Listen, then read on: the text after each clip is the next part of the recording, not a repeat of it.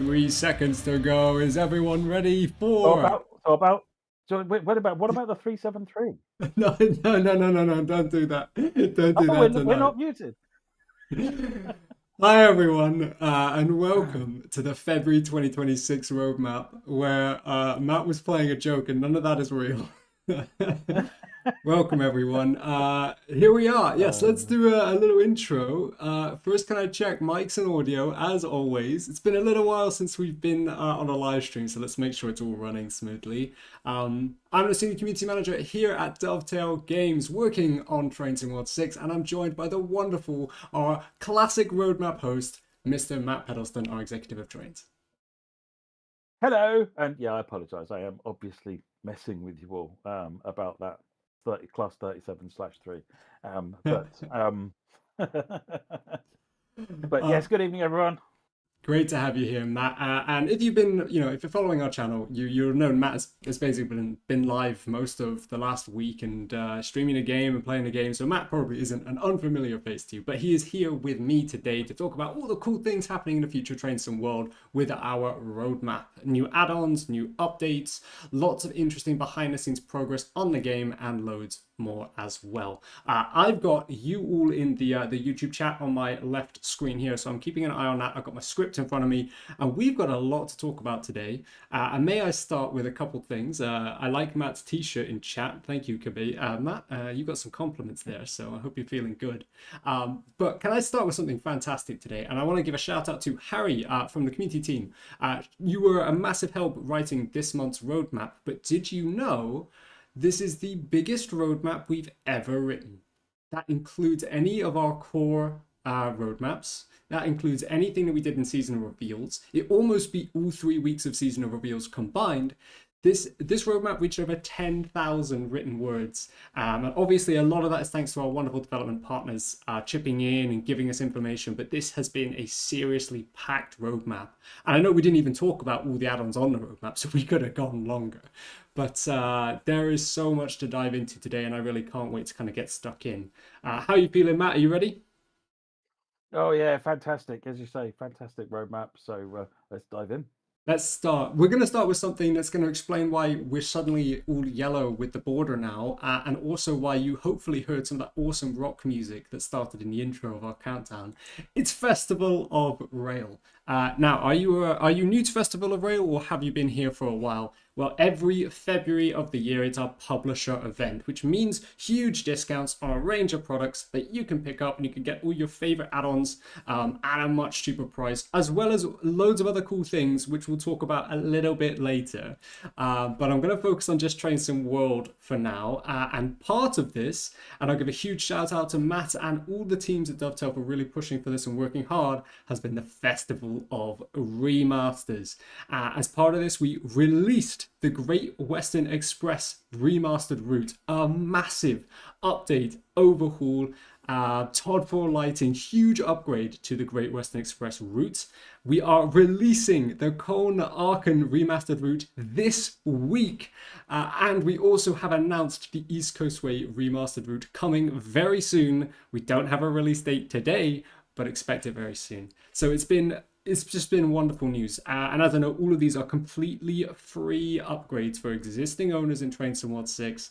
So it's just a bunch of new awesome stuff that you can explore in your favorite routes.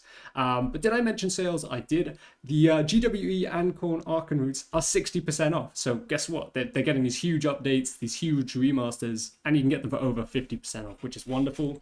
And I won't talk about all of them, but there are some fantastic deals. I think you can get up to 90% off some add-ons as well. You've got some first-time discounts on Bahn.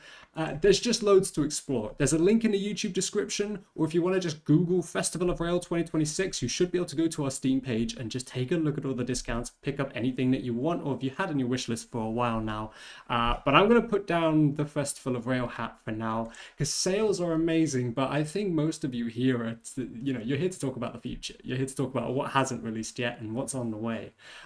So I think I'm going to dive into that. But like I said, don't miss out on these sales. It's ending this week as well, so there's your warning. You've had it. Let's move on. Let's talk about the good stuff. Now, I did say I was going to talk about the new things, but I do want to highlight the GWE Remastered route is out now. We were talking about this for, I think, just under 2 years. We were talking about this for quite some time. And this has been an absolutely amazing project that Grunt Dog Games has really helped deliver. On screen now, you can see a little summary of some of the things that are included in this remaster, but hey, it's a lot longer than that, okay? And we do have some wonderful images we can show. There's your wonderful key art, and hopefully this will just kind of slide on as I'm talking here, but there's just so many things that are wonderful about this. We've seen one of the biggest upticks of player counts when this dropped, and it's really great to see some wonderful feedback coming in.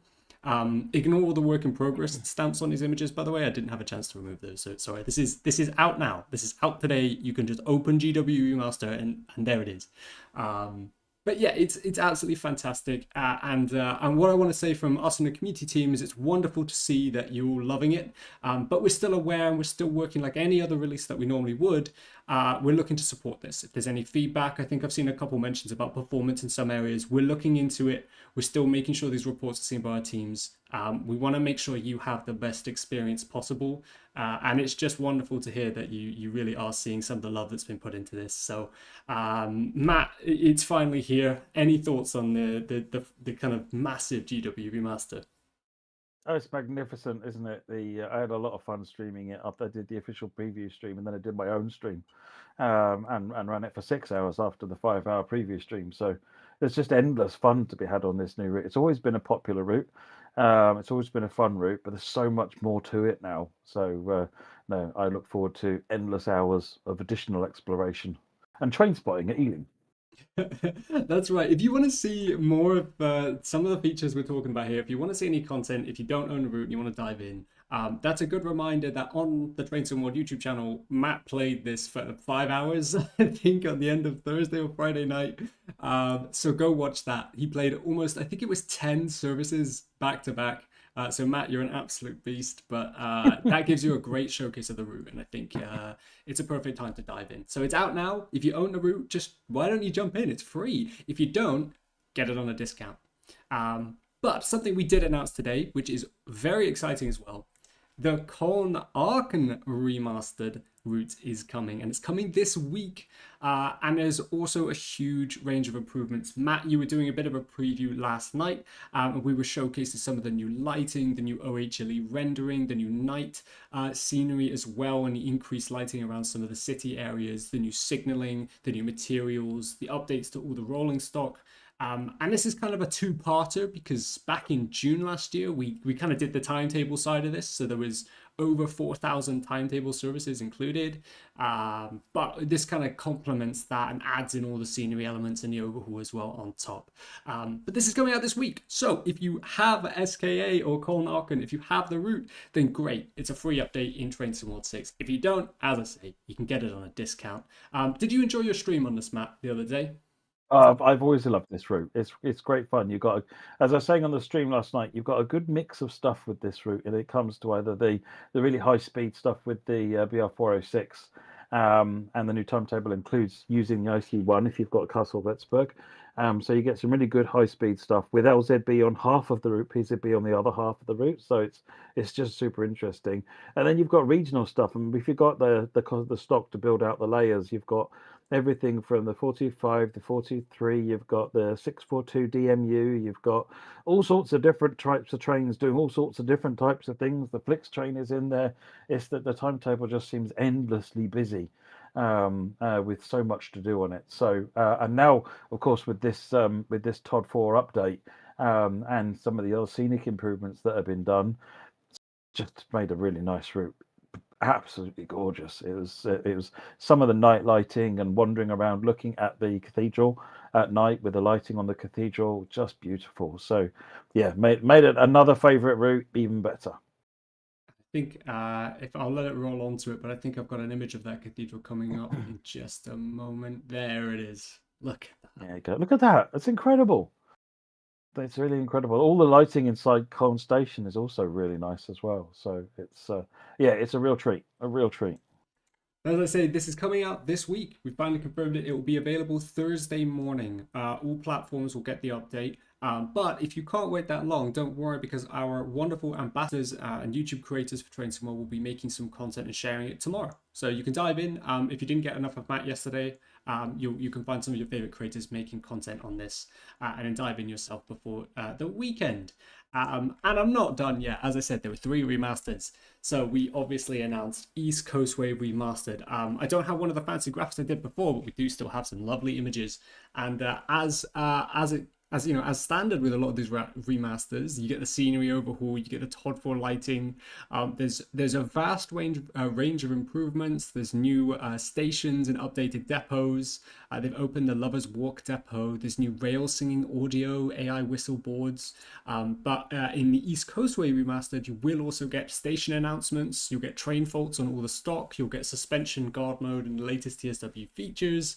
And there's also some GSD sounds now on the Class 313 as well. So we've got some images here. We don't have a release date for this one yet, but it is coming soon. And it will be arriving with the Rivet Games Class 171 and the 377 pack. We'll talk about that in a little bit. But you'll get that alongside this. So just to be clear, the Remastered is going to be a free update for everyone, as a standard with our remasters to date. But the pack will be like kind of an additional purchase you can get with this. So just some fantastic stuff to look forward to. And I think this announce really did surprise a few people, because it's great to have even more content really brought up to some of the latest standards. So I'm going to dive into some new content, but anything quick on East Coastway, Matt? Looking forward to having a play. I haven't had a chance to have a look at it myself, so looking at these screenshots. It's oh yes, another strong route. It was always a really popular route with players. And back in the day, it was our first Electro-Star route, I think. And it's high on the list of wish list of people want it, that would where people would like to see remasters. So yeah, it's this is another favourite. So I am looking forward to a play. So now that we're going to move on from the 3 remasters, if you do want to find more information, you can find the roadmap article pinned in the YouTube chat, and you can find it in the description as well, and you can take a look. So you can read all about the remasters and what you can expect, but we do also have a couple other projects I want to talk about coming from our team at Dovetail. And at first, I actually saw a couple of people talking about this in the chat before we went live. We're going to go over to NEC New York-Stamford. I have only one image for you today, one new image, and it's because we've finally been able to show what the M8 EMU logo looks like, which is included on the route. Of course, this is the next US route actually coming to Train Sim World 6, and as you can see on screen, this is the M8, the Metro North image, the first look we can give you. We are trying to get some more screenshots. They do need to go through approvals, so we need to check these first. Hopefully you can kind of get a glimpse of this and get excited. It is progressing really well. There's a huge range of variety, including local express and semi-express patterns you can find all across the route. And some of the things we were talking about in our roadmap update this month was some of the collectibles you can find, including the Statue of Liberties. There's multiple different types of New York pizza you can find around the map. There's taxis as well, New York standard taxis, as well as route maps. And we do also need to talk about kind of licensor impacts as well.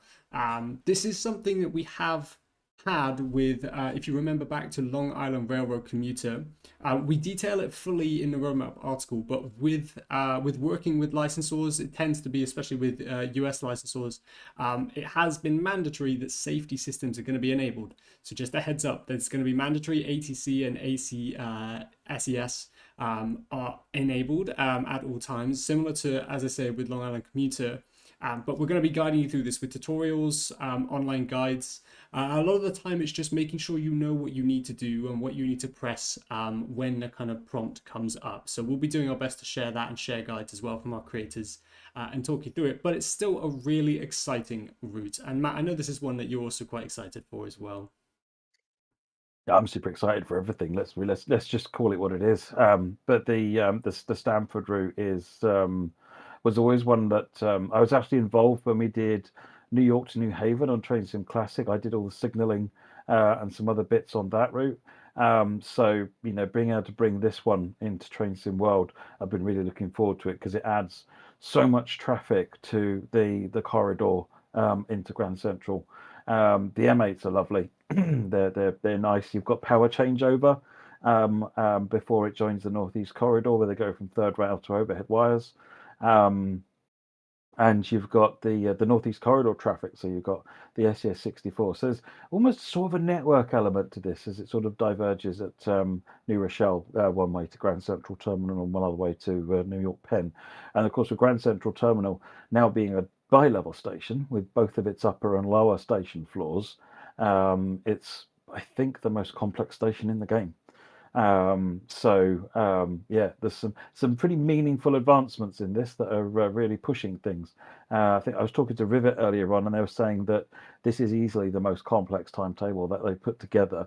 It's not just on the passenger side, but there's actually, I think that they were saying there was many hours of freight gameplay on this as well, with the stuff that you can do on it. So just tons of variety, tons to do. It's I'm really looking forward to this.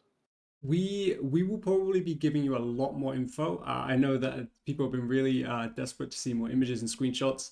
By the time we get closer to our March roadmap, you'll probably be seeing a lot more screenshots, more clips of the route, more detail about the timetable as Matt's been describing. So stay tuned, hang tight. More is coming, and I can't wait to show more because US content, like I say, I'm a little biased, but those M8s looked really good. But that's not the only thing coming from our teams. We've got one more that we're going to talk about today, and that is the DBBR 147. We've got a couple of the latest and greatest work in progress shots, so they'll cycle around as we talk about. But this is going to add some extra German traction to primarily the Stuttgart Heilbronn route, which is released, and kind of bolstering a 2018 timetable, which will have various AI traffic and bring life to from our other routes as well.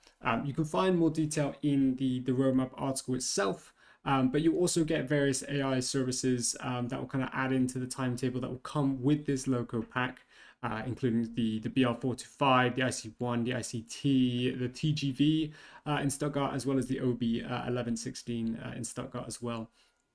And one thing I really want to highlight is that I know some of our teams, they actually did a reference trip, and they collected some of the main sounds for the Loco, such as traction motors, horns, brakes, the bogies, the HVAC, and the pantograph. So hopefully you can really appreciate and we'll come to love some of the audio references when we get a chance to showcase it. But for now, you're kind of just seeing some work in progress in-engine renders of the Loco, and it won't be long before we're able to share some screenshots of this out on the tracks and out in Stuttgart as well. And just a note, I think there were some questions. It will come with train faults. It will come with onboard announcements as well. And, you know, that will just help improve and enhance the immersion there. So, Matt, any thoughts on the 147? I love the look, and it's fun to drive. So I haven't had a chance to have a look yet myself, but one of the it's, I mean, I think it'd be the most modern passenger Loco in the game when this one comes out. So you know, it's a nice milestone. And after having the 187 in the game from Skyhook for so many years, we definitely wanted to have a go at doing our own entry into that style of Loco, the 147, the 187. One's the passenger variant, one's the freight variant. So this being the passenger variant, and it'll be hauling double stocks. I'm looking forward to this. I always love the fact that when we can share new Locos, I love these in-engine renders because they just look so beautiful and you can really appreciate the up close details. But like I said, we'll get some more screenshots soon, and we'll keep you updated as we get close to release for this. But I think it's time we dive into the depths, the realms of our partner program, because we've got so many exciting updates coming from loads of different studios. And I know me and Matt, we've been kind of talking about this journey of more studios kind of coming into the fold, at least over the last year or so. And we've just got an absolute wealth of things to talk about today. So without further ado, we're going to jump straight in with a brand new announced today in the roadmap, the Class 70. So I'm going to play this. There is some audio.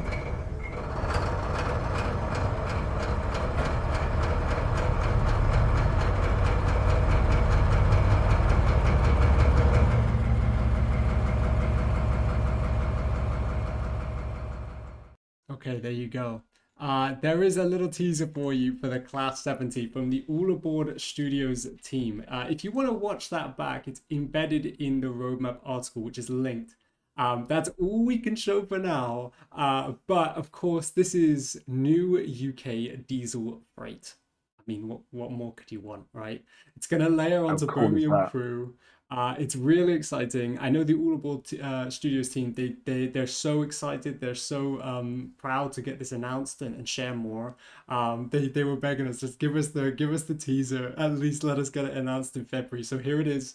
But more information will be coming. But I hope all of you can kind of notice that I think this is a big deal. And for those of you who love the Class 66, it's the tried and true, it's tested, it's the TSW classic really. But hey, the Class 70 is going to be the new one on the block for the time being. Matt, what makes this so special? It's a GE Loco, if I remember rightly. So it's another one with an American heritage, or is it an EMD? I can't remember. It's another one with an American heritage, like the 66 was. And so when you look in the cab, you've got it's sort of sitting in the center rather than off to one side. And you've got the screens all around you. And they have the similar sort of screen layout you'll have seen on some of the American locos. So it's got an interesting look. It's got an interesting feel. For those of us that really like the 58s, the bones, this is kind of a modern take on that. The 70 is, I saw someone in the chat calling it plastic bone, which I get. I can see that. Yeah, it's got a huge window on the front, so you get such a nice view out the front when you're driving. The sound amazing, and I know all aboard have done a brilliant job on it. So this can be a nice one. I can't wait. I can't wait to show more. The Audible team have been doing some really lovely work. And yeah, we'll have more in upcoming roadmaps, I'm sure, and we'll probably get tagged about the latest progress multiple times in our Discord and forums. But expect more from their team. They did want to leave a note as well that they are still working on various improvements, especially to the Birmingham Crewe route. So keep an eye out for those. We'll talk a little bit more about patches and stuff that you can expect coming up pretty soon as well. But that was definitely an exciting one. So keep an eye out for the Freightliner Class 70. Yeah, we'll share more on our next roadmaps. But we've got more to go on with. And who's ready for some of maybe I'm biased, but some of the coolest screenshots I think I've seen in such a long time. That's not putting anyone else down, but maybe I got pranked and Harry was showing me an image that she was like, this looks like real life. And hopefully you guys can see it too. We are going to the HST Farewell Tour Pack from Grump Dog Games. That those of you that don't make the connection, Grump Dog Games, DTG Liam worked on the GWE remastered route, worked on the West Somerset remastered route, out there making a pack of his own to pay tribute to the HST's final years of service with GWR. And you'll get a selection of 7 iconic HST power cars. As you can see on screen here, we've got some images cycling around. You're going to get new gameplay with services and scenarios on the GWE Remastered, as well as the Riviera line, which you can see on screen. And maybe you spotted the plane there as well, but there are some really wonderfully inspired scenarios ranging from depot open days to bringing people over at Dawlish to see air shows. And there's a lot of love poured in here. And I hope some of these images are really, really evident of that. Now, before I pass over Matt for some thoughts on that, before I do that, I know there's been a lot of questions on the Class 387. Now, I spoke to Liam about this and we weren't able to grab an image to show you, so we'll hopefully try and get something to show you on that soon. But this pack will be coming with the GWR Class 387, with the GWR branding and the ex-GWR unbranded liveries. This pack will also include 2 wagons, the HHA-A and the HHA-D, used for stock moves with the 387. The GWR 387 will have playable layers for the Great Western Express Remaster, Cardiff City Network and Midland Mainline. And there will also be a player selectable services you can play in East Coastway Remastered, so there won't be an AI in that one. But yes, we have seen that the 387 has been widely asked. I think it was mentioned before, but we weren't able to include any more information up until now. So I wanted to confirm that. Go out there and spread the word. We don't have any images yet, but hopefully that's exciting. So when we get some approval to showcase those, we will. But Matt, how excited are you for this? Oh, the HST pack is really good. I mean, when I went out, so I said on the stream that I did. I went out to do train spotting when we were making GWE. Scary long time ago. Because I just wanted to sort of throw myself into it as our first UK passenger route. And I wanted to sort of have that walk around the station and watch the trains, and sort of so I could relate to it when we got it in the game. And it was just brilliant watching the stuff going up and down. But the celebrity HSTs were out in force, certainly when I was there. And I think I saw the BR Blue one, and and of course we had the over the time they've had the various, like the different ones with the logos on the side. And I think this pack from Liam has also got the one from Old Oak Commons Open Day. The which I really like. It's got all the sort of silhouettes of the trains along the side of it. So it is a real tribute to the HST, and I know that Liam is, as much as he likes his 3190, he is a big fan of the HST. This is this really shows off how much he really loves them. And yeah, looking at the someone talk about barrier coaches, typical for Liam, actually, what he's tried to do is push the boundary a bit. I've seen a little bit of it. Like I think in GW Remaster, there's a light HST power car move, which is just weird and awesome. You've got some interesting moves as you see on some of these screenshots and on here as well. So yeah, lots of fun, lots of variety, lots of different. This is not your run-of-the-mill stuff. If you're a fan of HSTs, fill your boots. Oh, and just to be clear, actually, I think, Mike, you have confirmed. Maybe I misunderstood when I was messaging Liam earlier. I think the GWR 387 might be a separate pack. Let me confirm, and then we'll share that news correctly. But there is still some exciting news there, and I think players were asking about it. But anyway, while we're on the HST Farewell Tour pack, loads of exciting things here. And as you can hopefully see, I mean, this image on screen is just amazing. But keep an eye out for that. We'll hopefully have more information soon. And as I said, it adds more content to the recent GW Remaster, which everyone's been loving. So I look forward to sharing more. Now we're going to move over to Rivet Games. They want to talk about the Southern BR Class 171 and the BR Class 377-3 pack, which they have been working on. And this goes to support the East Coastway Remaster. So obviously that is still upcoming. The two of these, so the East Coastway Remaster and this new pack from Rivet, will release together, so that you can kind of get the updates and the new content all in one. Should be great. So this is going to add Class 171 and additional timetable services as well. And some of that will include, obviously, on the East Coastway. You'll get two timetables, two versions of a December 17 to May 2018 timetable. One that is operated primarily by the 377-3, and also another operated by the Class 313 as well. So you should be able to get more information of that from the roadmap article if you want to dive a bit deeper. But then this also adds the Class 171 services between Brighton and Ashford International, and then previously add the missing 377-4 services between London and Eastbourne via Lewes. So you've got lots of things to look forward to with this pack. I think gameplay is really, it can really bring a route and a piece of content to life. And if we're thinking about bringing things to life, well, the East Coastway Remaster is definitely going to do that as well. And the seasonal layers will include the railhead treatment train with a variety of rail tour, diversion, and other unusual services that you can look forward to. So it's a really exciting pack. And again, this will just bring more to the routes that you love. And it should be really exciting. Hopefully some of these screenshots are ones that you can kind of get a glimpse of and look forward to. Matt, is there anything that you're really looking forward to in this pack? I mean, the Turbo Star is an interesting train to drive. It's a modern DMU. It's hydraulic. It's the southern version of it. The reason it's a 171 versus the 170 is because it's got Southern's Delna coupling on it. Otherwise than that, it's a very similar train to the classic 170. But it just runs down in this line so well. It's a fun train to drive. It's quite responsive. And it'll add a lot of variety and flavour to. It's already a really nice, pretty route, fun to drive with Electro-Star.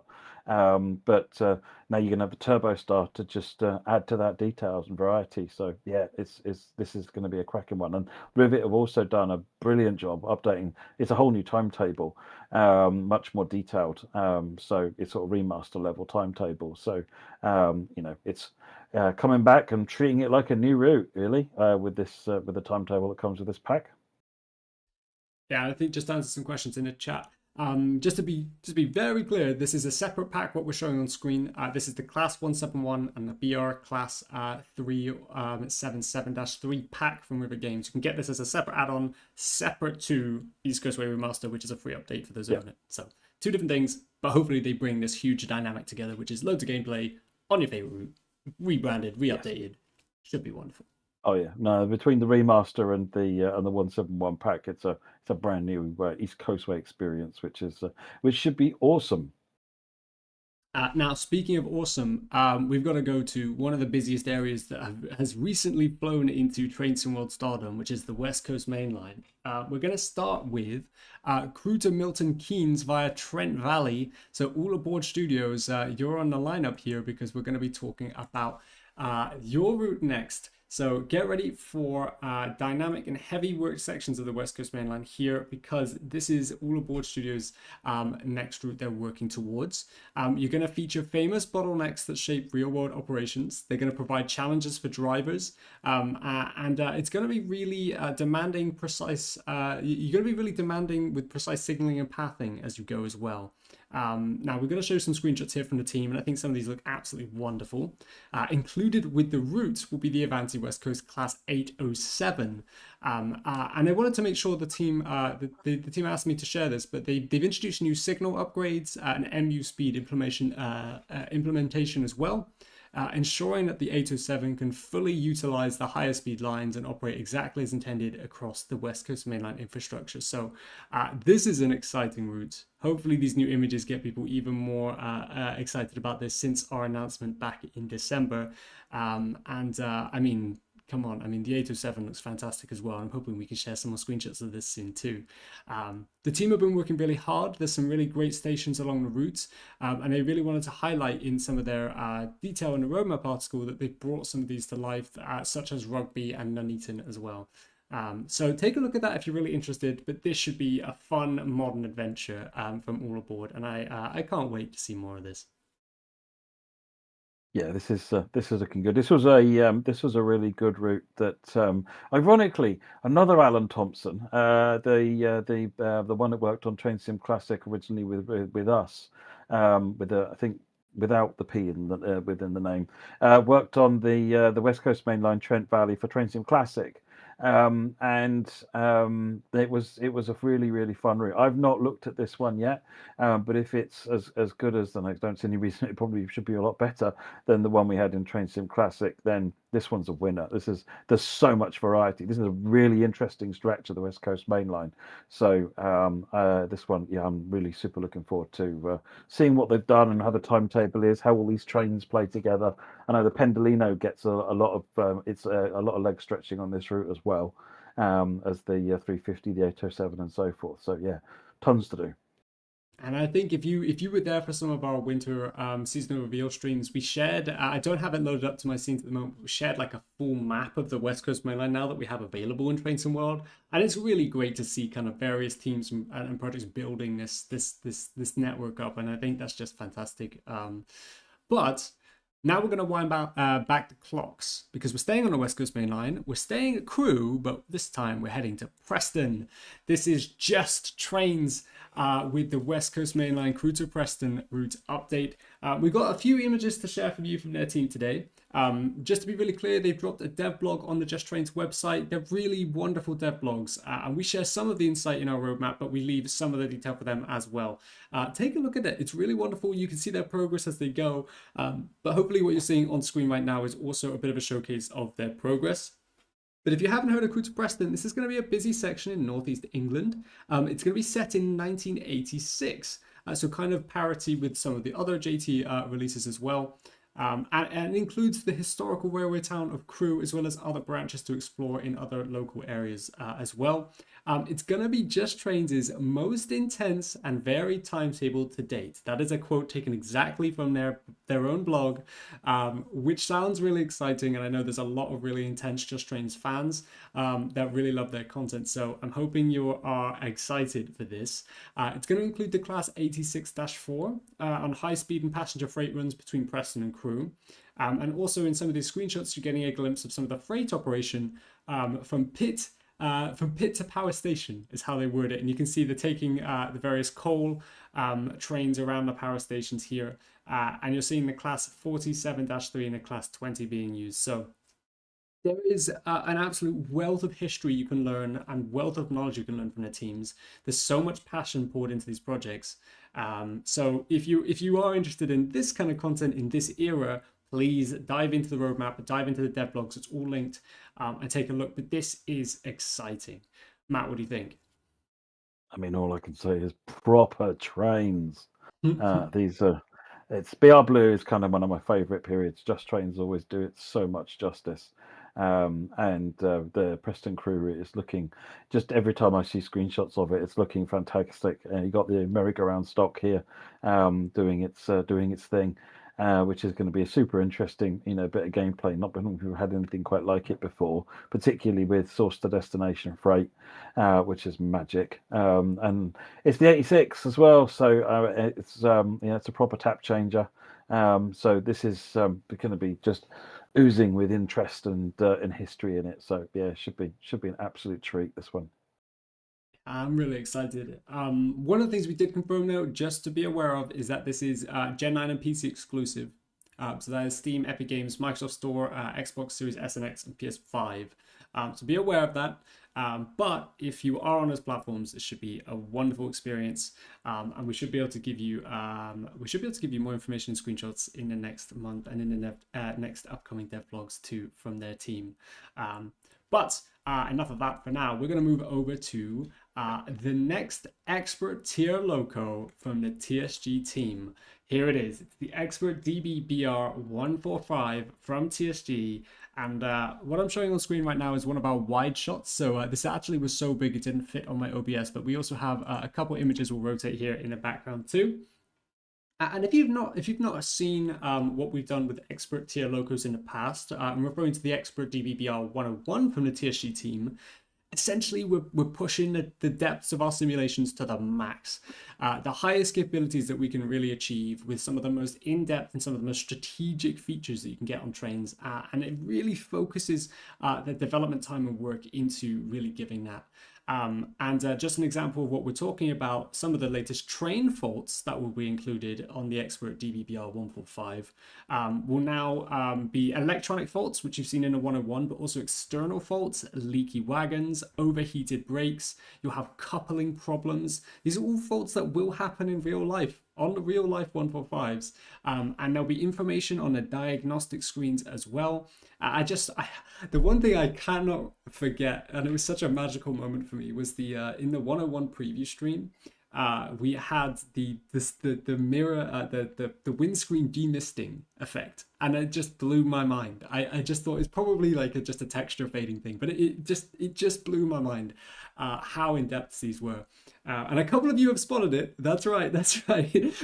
We do have an image of DHL containers. They are brand new. It's a brand new brand in TSW, as it's on screen right now, which is super exciting. So it's a new DHL branded wagon. There's also the new T3000E wagons as well included, as well as 3 other freight wagons, the Zachnus, the Habens, and the Sigmurus 90 as well. But these have all been expertified. I think Harry made up that word. I think someone made up that word. But essentially, there'll be expert coupling, working angle cocks, updated audio. And let me just list off some of the features as well. Here, you've got brake heat and ice simulation will be on the 145. So your brakes can get stuck, ice can build up, they'll need to be cleared. You've got expert coupling. Players will need to manually couple, drag, and screw in the coupler along the connecting air hoses.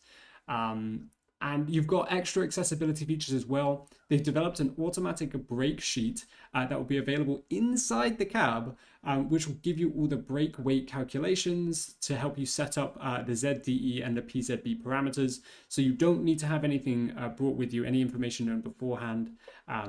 There's just a lot to this. I would definitely take a peek at the roadmap article. I'd read some of the info. I'd get excited about what the TSG team here are really pushing the simulations to be able to achieve. And Matt, what do you think, Matt? I think some of the things we're showing here are just really wonderful. I mean, I talked to Lucas about the 145 quite a lot over the last while it's being in development, and honestly, with the stuff that he's shown me, um, this thing makes their Expert 101 look standard. Um, it's just like Wow. Expert 2.0. It really is. It's pushing. If you thought the Expert 101 pushed it to a new level, this is just a new level. The manual coupling and stuff is brilliant, very nicely executed as well. So, because I was always concerned about how that might translate in the game, but it's translated very well. And all of the other stuff. He showed me the number sheet with the braking information on it. It just looks so good, like all the numbers handwritten on the sheet, and it gives you the details you need to plug into PZB. So no, this thing is an absolute treat. If you're looking for deep simulation and study level trains, that's what this thing is going to deliver. Does deliver, even right as of right this minute. And I think that was one of the things that I loved seeing around the feedback for the Expert 101 is that we weren't sure when we released it, is this going to be too much? You know, for like super hardcore deep simulation fans, I'm sure they would love it, but would other people find it too much? Would it be too overwhelming with the level of detail? But I think we just saw that a lot of people just loved having like the option to see those features and just knowing that they've got like some of the most in-depth simulation effectively available to have on any digital system. um I'm so excited for the 145. I'm even more excited for the preview stream. But what we haven't announced when that is. We haven't announced the release date or anything. But just know it's coming soon. And trust me when I say Lucas is extremely keen to show more. I think he's even got more images lined up coming into my inbox at some point soon to get out to you all as well. So we're gonna make sure we're sharing them. We're gonna make sure we're giving you the latest and greatest on this. But hopefully some of the information we've shared today is exciting enough to kind of get you interested at least as well. So I can't wait. I am waiting to be absolutely blown away in a preview. But we're gonna move on for now. Like I said, if you want that info, it's available in the roadmap article. But now we're gonna move over to the High Iron Simulations team. We've got a couple projects we want to update you on today with a bit more information, some new screenshots. We're gonna start with the BNSF Electro-Motive GP60M. Lots of letters in that one. But this is, of course, a wonderful new US freight loco pack coming from their team. It's progressing really well, and as you can see, there's a couple new screenshots that we can share with you cycling around. And just a reminder, this is a new loco pack. You'll get the GP60M, as well as the cabless GP60B. You'll get a couple various liveries there in BNSF colors. As well as an all-new 3-unit articulated spine intermodal car. And this is going to provide you with a service timetable and scenarios on Cajon Pass, as well as 4 additional scenarios on the San Bernardino route. And it's going to add some extra wonderful layers of gameplay to both of those. And I think just again, as I was saying with the 171 pack, it's this extra gameplay, these extra logos that they just add that immersion, they add that element of further diversifying kind of what you play with in Train Sim World. And I think I'm a little biased on the US side of things. I love a big chunky looking train, boxy style. I love the BNSF colors, so I'm looking forward to this.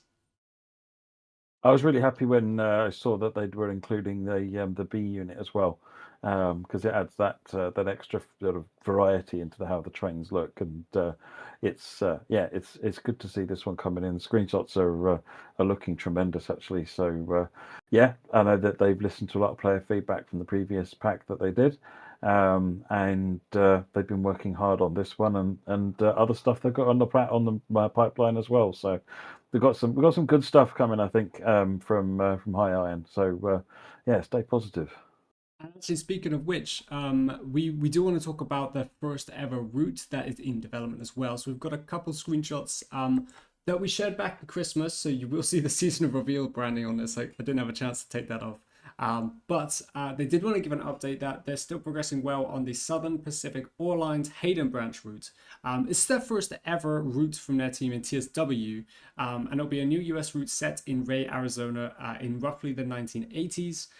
This is going to be a really fun freight route. You're going to go 20 miles from mill all the way hauling copper bars to copper ore. And it's a heavy haul round the clock railroading experience, in the best words from Gary from the team as well. So they wanted to give you an update that the route itself is nearing completion from a development point of view. The new South Pacific EMD GP35 will be included, as well as a range of freight rolling stock along with it. And they're putting a lot of love into this, and I hope some of these images give you a first glimpse. These aren't new screenshots we're sharing, but I hope you you get an idea of what they're really working on, and they're really trying to deliver as much as they can for fans of US freight specifically. So I know I'm really keen on this, and I think the idea of kind of hauling from the copper ores right from the mine straight to the mill is a really fun experience. So this should be a really great addition to their roster.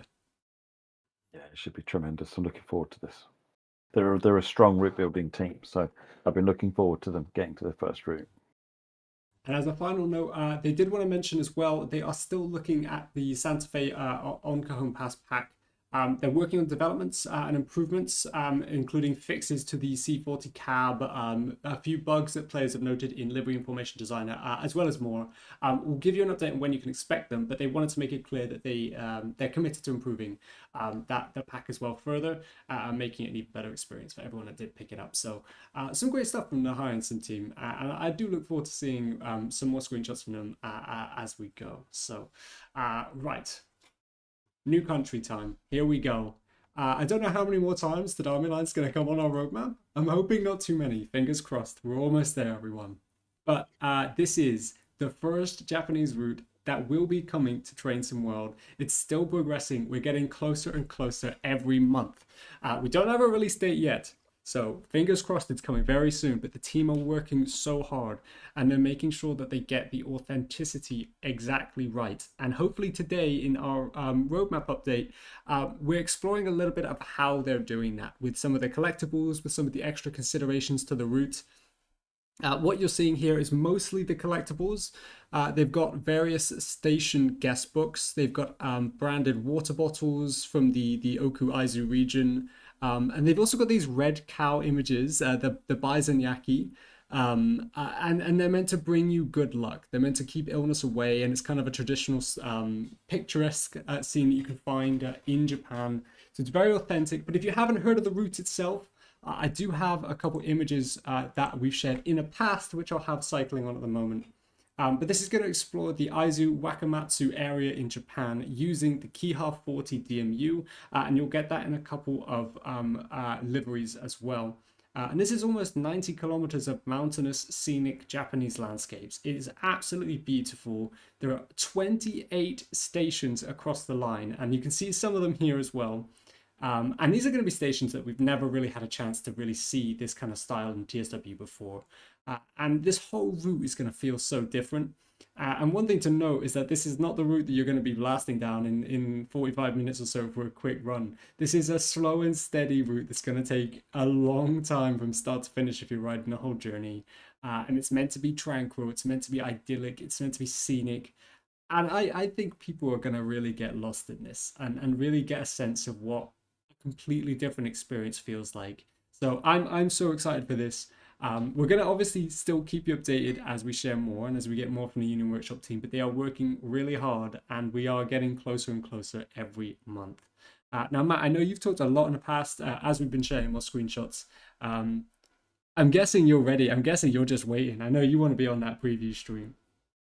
I have already been playing this one. This one has I have already fired this one up and had to play. I couldn't wait, and it is good. The graphics are very good. The in the main station you can walk around. Those initial screenshots you were sharing of the collectibles and some of those items. You can walk around that whole area inside the station. It's fantastic, the level of detail and immersion you get from that stuff. All the signage and so forth. And I had to pull myself away. It's not slow. We're not talking West Somerset Railway slow here. We're talking 40 plus miles an hour. It's just not a high-speed line. This is a countryside sprawl with beautiful scenery the entire way. The services are actually broken down into sections. If you want to do the whole route, you can just keep continuing each time at the end. But if you only want to do a particular bit of the route because it's your favorite bit, or you've got a limited time, then it's broken down so that you can do it that way as well. I like what they've done with how they've made that out there.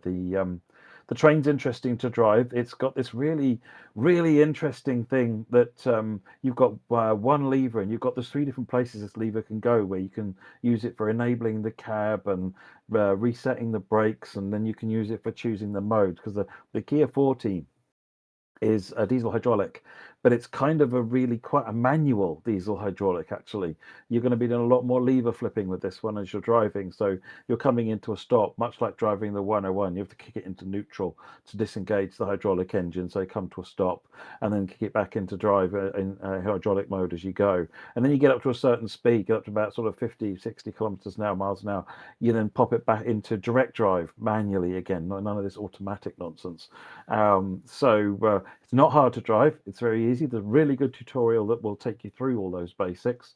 No, this one keeps you interested, keeps you busy, tons to look at. And I actually had the pleasure of talking to 2 or 3 Kia 40 drivers this morning, who are looking forward to having a look at this as well. So it's Wow, yeah, that's fantastic. it's yeah, no, it was a really interesting discussion. So yeah, looking forward to seeing getting this one over the line. This is all about getting it to that final thing. It's all there. It's just tuning it and getting those bugs down. So the Union Workshop team are doing a brilliant job. We're close, everyone. I can feel it, but enough for now. We're almost there. We'll be sharing more when we get our next roadmap update. And personal note for me, at least, I'm super excited. I will be going to Japan at some point this year, in May. I won't be going to where the Tadami Line is, though. And I think it's pretty difficult for me to head out, because I think it's just it's more north than where I'm flying to Tokyo. But at least I'll get a better sense of the culture there, and that'll kind of hopefully land at a time where maybe we're already playing it by then. I don't know. Hey, no promises or leaks from me, but just stay tuned. It's going to be really exciting. Now, we've got a couple more from the partner program. I know we've been talking for ages and we're still on the partner program bits, but I've already seen people talking about Czechia in the chat. Why don't we look at Liberec, Stará, Paka? We've had some brand new images today from the Vector Simulations team on the first Czech route coming to TSW. Let me do a quick recap. You're going to be exploring northern Czechia through the mountains. You've got 75 kilometers of fast-paced mainline. You're going to have 11 stations and 9 stops. And you know what's exciting? There's 8 tunnels on this route with over 2,400 meters of tunnel. And over 80 bridges of various sizes and lengths, and some of them are viaducts that you're seeing on screen. Are you kidding me? Over 80 bridges? This is going to be fun. This is going to be a really unique experience. And again, kind of similar to, broadening out the kind of experience you get with different regions and parts of the world. Czechia is not going to feel like anywhere other than Czechia, right? It's going to be really interesting.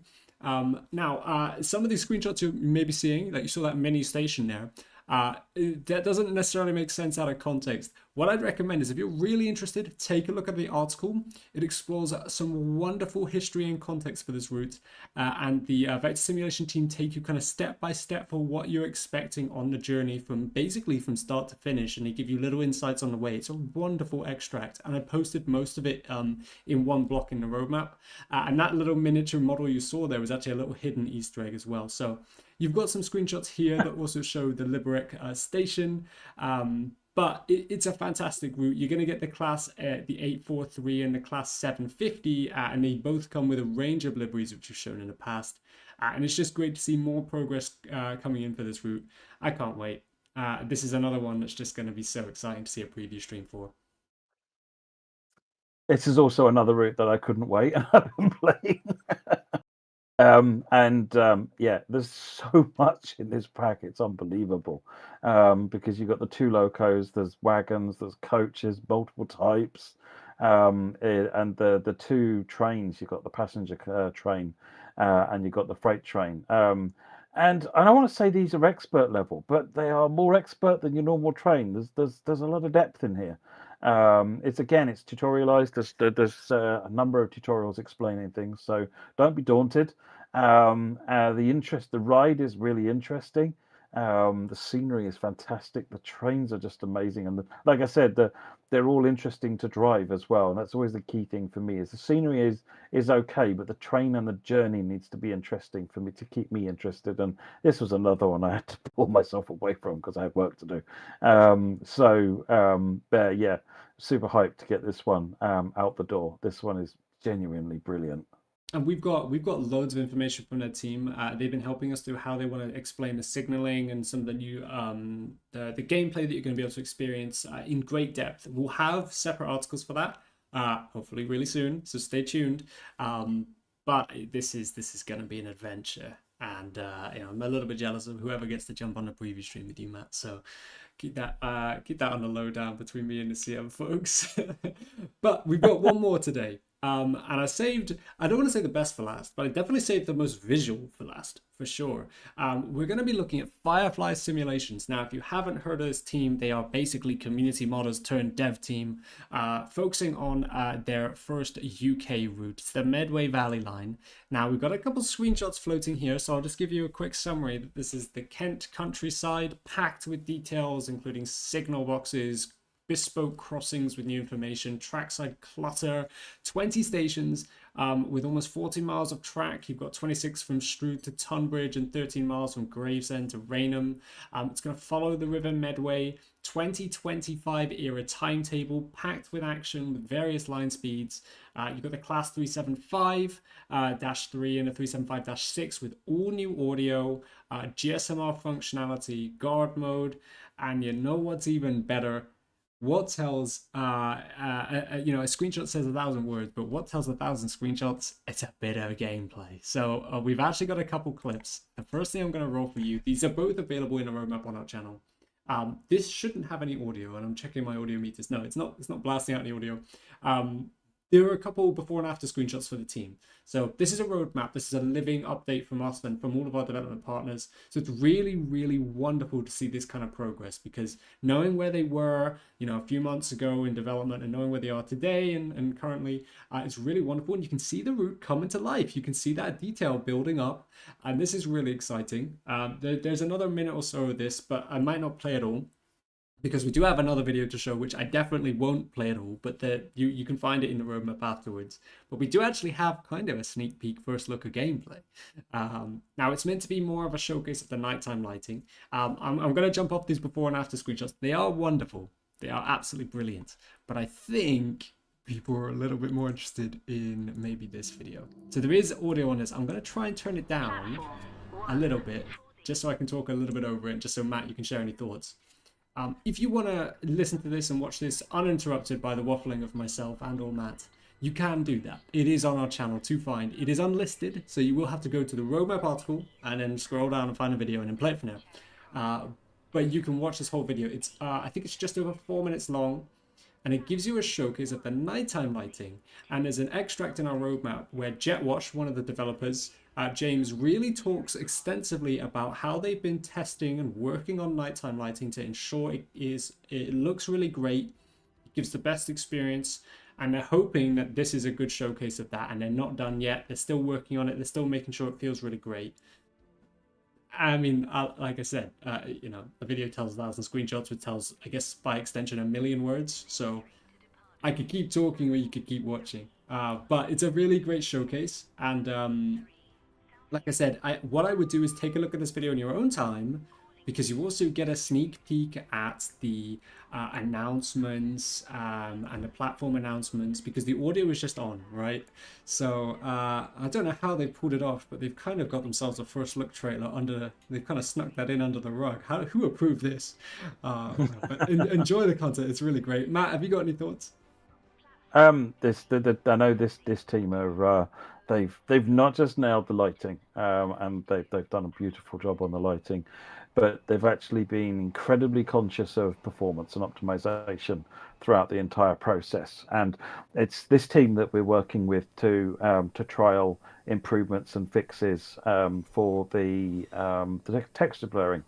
And this is why it's some people asked me on some of the streams recently, why are we trialing it on Southeastern High Speed and not, for example, Frankfurt S-bahn? This is why. It's because this team have been, the the people that we've been working with, and between us coming up with ideas and things to explore, they've been then going and trying them, so that they can take some of the performance optimizations that we've been exploring, and actually bring some of them into this route, while they're doing it. They're also layering the same improvements. They've been updating Southeastern High Speed with the same performance improvements, texture reductions that we've been discussing, and optimizing, help doing the same things to the trains, because the idea is to see what we can reduce that doesn't have any kind of visual, you can't see that it's been reduced, and that's inherently where there's waste. And again, this team have been doing a brilliant job. It's been really easy to talk to understand, between us, what the goals are, what we're trying to achieve, trying to dig into different ideas on things.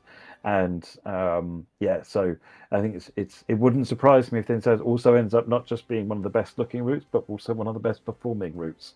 But I'm not going to make a promise on that one. We need to finish the benchmarking and so forth, but it's looking positive so far. And like I said, the team really taking performance optimization super seriously. We're going to try and get the Southeastern High Speed lighting, performance upgrades out as soon as we can. I don't know when that is at the moment. So then that will hopefully then inform us on what we're going to do for other texture blurring stuff. So I guess we'll come back to that in a bit. But I mentioned that because it's this team that are helping. So I want to send a big shout out to the Firefly team, who I have so much faith and so much appreciation for. Thank you.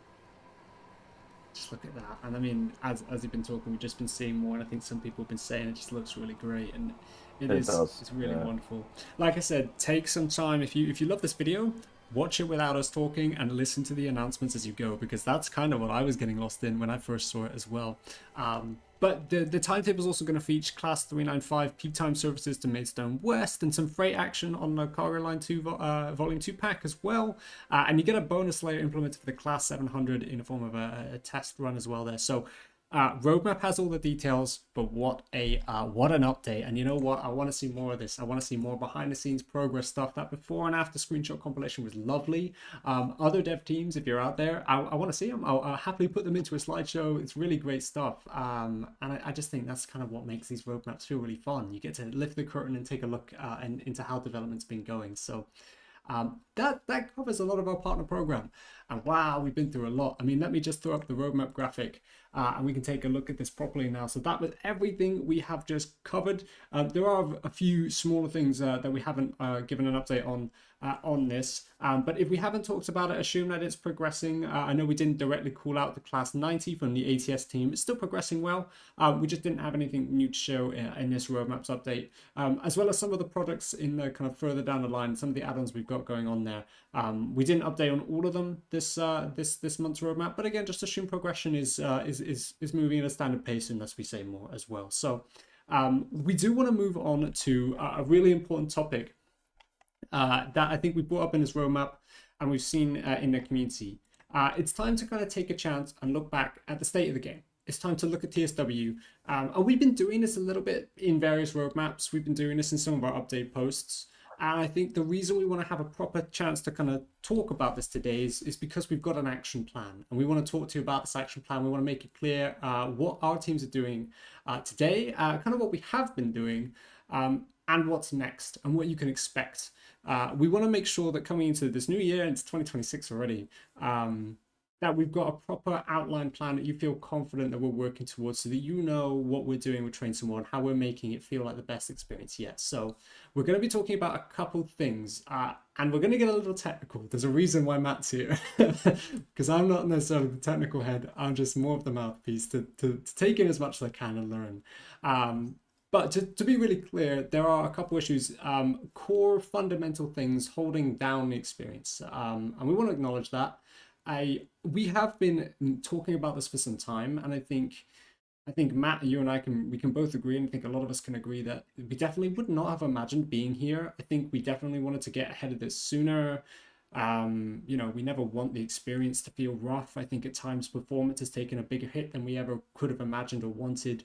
And I want to call out to the team, we have been doing a lot of work in the last 6 months. It's not always obvious. I think sometimes we release patches, various patches in a month, and they come with kind of small updates that just kind of move the needle under the hood, whether they're micro optimizations, additional work, time that's put in to make sure that things run smoothly. We've been doing that, but in terms of the full picture, it's not necessarily enough. We're not there yet. And to be candid, the experience for some people is being really harmed by various things, whether it's blurry textures or whether it's kind of DLC mounting. So those are the two things, a little spoiler, we're going to be talking about today. To as much of a way that's digestible. Again, I'm the target audience, Matt, when you go a bit dev heavy. But we're going to be talking about two things. We're going to first start off with PlayStation 5 add-on mounting limitations. This is I'll give my kind of my surface level introduction, shall I say, and I'll let you dive in. But for context, what we've seen from especially PlayStation 5 players is that loading content sometimes isn't working. You can't actually load content, especially when a larger volume of DLC is installed. So you've got a range of add-ons currently updated, downloaded, and when you've been trying to load more content, whether that's in the newest add-on or a new update, sometimes you're just not seeing that. And we've been trying to figure out what this is. It kind of calls back to some add-on manager issues we had a long time ago, but it's a little bit different. We've been talking with the teams at Sony, and what we've found is that there is this inherent platform-based limitation. I don't know if we were necessarily aware of this, or maybe we were aware of it and not necessarily planning that into, we weren't necessarily afraid of it until we actually saw the implications. I'll let you expand on that, I think, Matt. But what we found is that there is a limit based on the actual platform of how much you can really have mounted at one time, loaded kind of in a single game instance.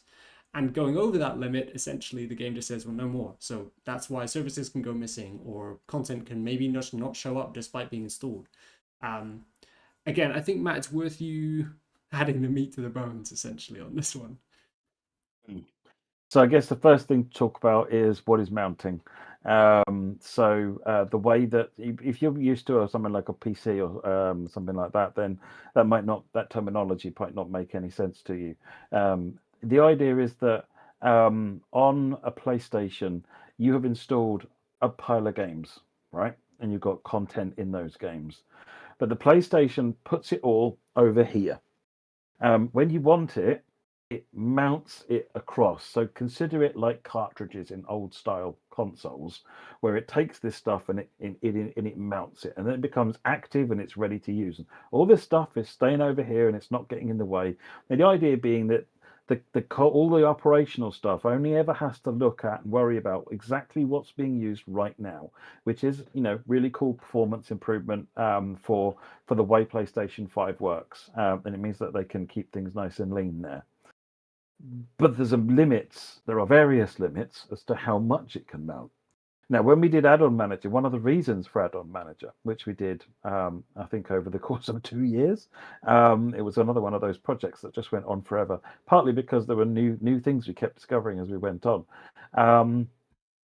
But when we did Add-on Manager, it was because of the limit of the number of things that could be mounted. The number of packages. So, for example, a package in this instance is basically a DLC. So the core game is not counted in this, and then each DLC that you have is one. But whenever you load a DLC, the chances are it needs other things or benefits from other things. So when you load Southeastern High Speed, it will load the 465 package. It will load the Class 700 package. It will probably load one or more packages that have got Class 66s in them because they're awesome. It will load, I can't even think of how many other packages Southeastern High Speed will load, but all of those DLCs which contribute anything, whether it's layers or substitution, will also get loaded. And that's where all of a sudden you can start running into a problem. Now, Add-on Manager effectively was trying to constrain, okay, well, let's just load what you want for that route and not your entire library. So rather than trying to load 100 plus packages, let's just load the 10 you need right now. And that is the goal of Add-on Manager. So the limit that's sort of come to light and I don't know if I could say we weren't aware of this, but I think this was a bit like, and I know I roll my eyes a little bit as I say this. Um, there's a famous story where Bill Gates once said, 640 kilobytes of memory. No one will ever need that much memory. Of course, imagine where we are now with 128 gigabytes and so forth, putting the memory crisis to one side. So essentially, there is a limit to the volume of packages that can be loaded. So a package for, say, for example, Rosignord might be 5 gigabytes, and each package has a size. If you're on PC, you can go and have a look at the .pak files. That's the size of them. Those are the packages. And obviously, you can't see that if you're on console. So you've got a series of packages that you're trying to load, which are constrained not only by the number of packages, but also the total size in bytes of those packages that you're trying to load. Where things start to get a little bit painful in some of those instances is that in some of the stuff that we've been looking at, we've been finding that both in our stuff and in some third-party stuff, because again, this felt like a sensible thing to do back then, but it's becoming less sensible now. You might load an entire root package to access one of the wagons that was really nice to put into your thing. So you're loading 20 gigabytes of package files to access probably 100 megabytes of wagon. Yeah, so most of what's being loaded you're not using, and that will come off of the package limit. The limit isn't that high. I think it's something like 180 gig, which sounds like it should be quite high, but by the time you take into account loading 20 packages, sometimes some of which might be 20 gigabytes each, that 180 gig goes nowhere. Those are platform limits. They are not limits that the game is putting in. They are platform limits, and there is nothing we can do about them. What we can do is make sure that we are mounting the right packages. It means that we've actually developed some analysis tools now that will let us go through and work out what, for every game, for every package, what are the things it needs to make it work. So we can see where the ones that are likely to be pressing the buttons on these limits are. We already worked with the 805 to get their package count down before it released, for example, using that tool. Stuttgart Heilbronn has a problem whereby I'm sure everybody is aware you can't see the Frankfurt S-bahn on PlayStation. That layer doesn't come in, so you don't get the BR423. The solution we've got for that is we're just going to bring the BR423 and put it in Stuttgart Heilbronn. So if you don't have Frankfurt S-bahn, congratulations, you'll get Frankfurt S-bahn. So you'll get the S-bahn services when the update for this comes out. But that means it doesn't have to load what is, I think, a 30 gigabyte package, which is going to make a huge difference to load times, to all sorts of things. But it will mean that BR423 is just there, not a problem, because as I say, anything that's in that core package doesn't really count. And there's a few other areas in Stuttgart Heilbronn we found we can just optimize. So we load Rosignord to access a wagon. So we're going to move that wagon somewhere else and not load Rosignord. So this is going to reduce the number of dependencies that you need to get the same gameplay experience and thereby get it back under these limits. So we're going through looking at these. Now we've also in this process identified some areas where the game isn't loading and unloading quite correctly.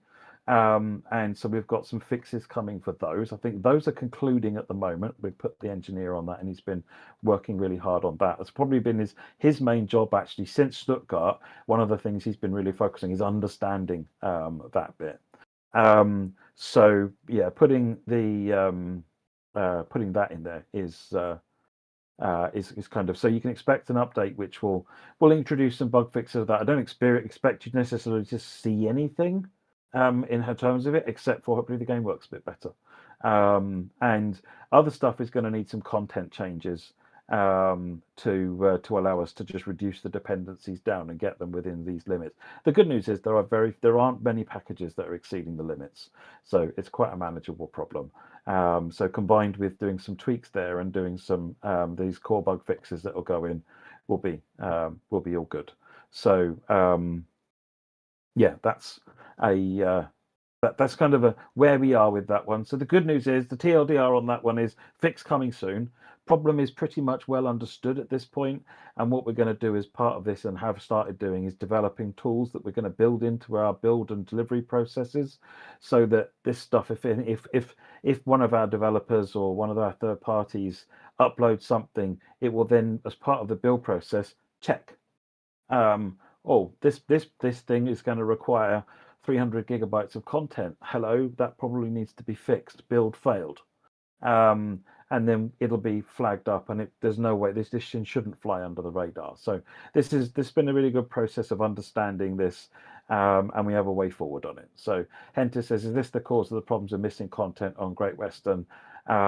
We are thinking there might be two separate issues. It will certainly be one of them.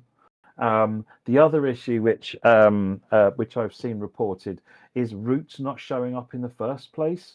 I don't know if that's the same issue.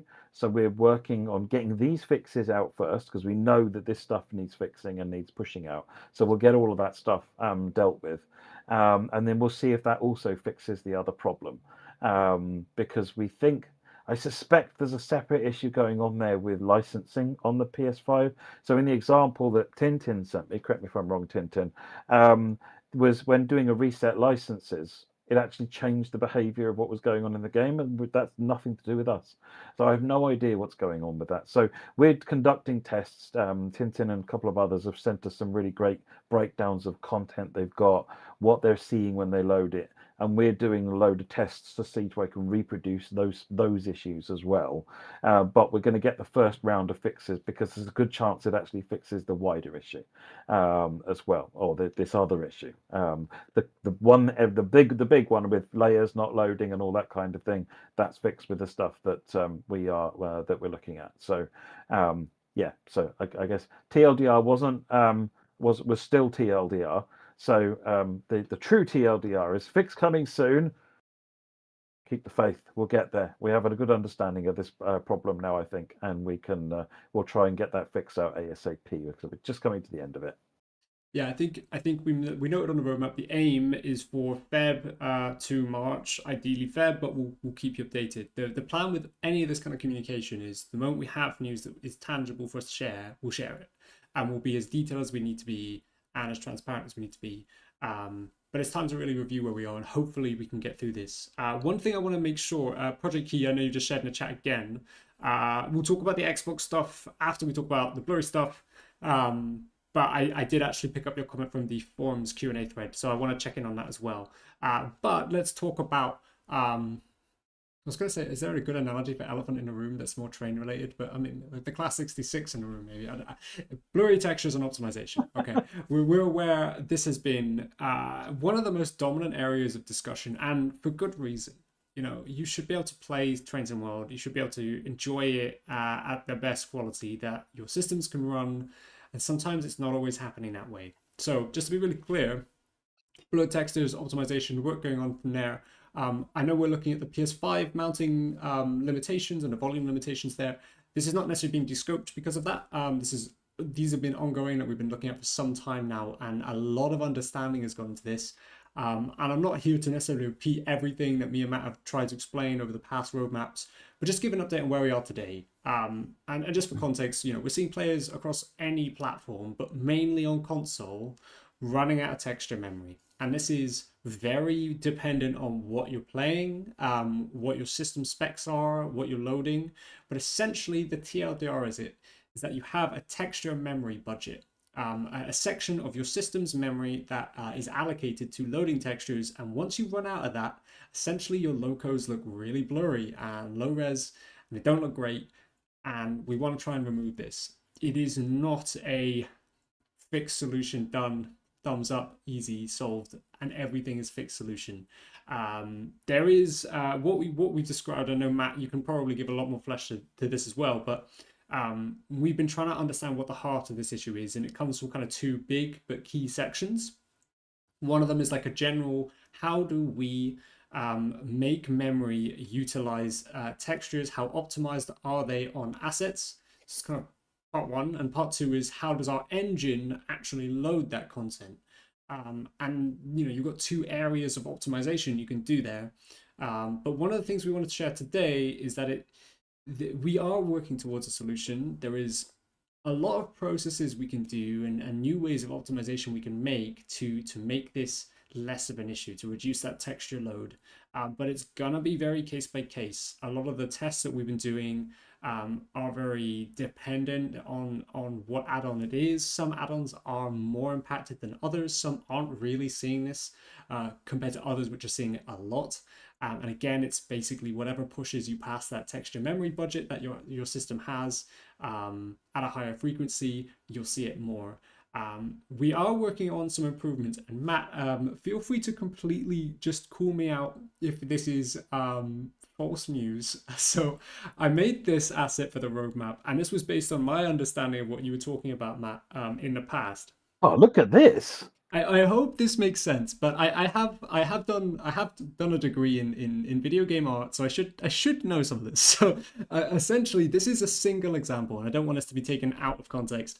This is one part of two key sections of a huge problem that we're working to resolve. But as an example, when you have an asset in a game, you have various texture maps that go to build the overall thing that you're looking at. Some of them are simply just here, color goes here, blue and yellow go in this area, white and black goes in this area.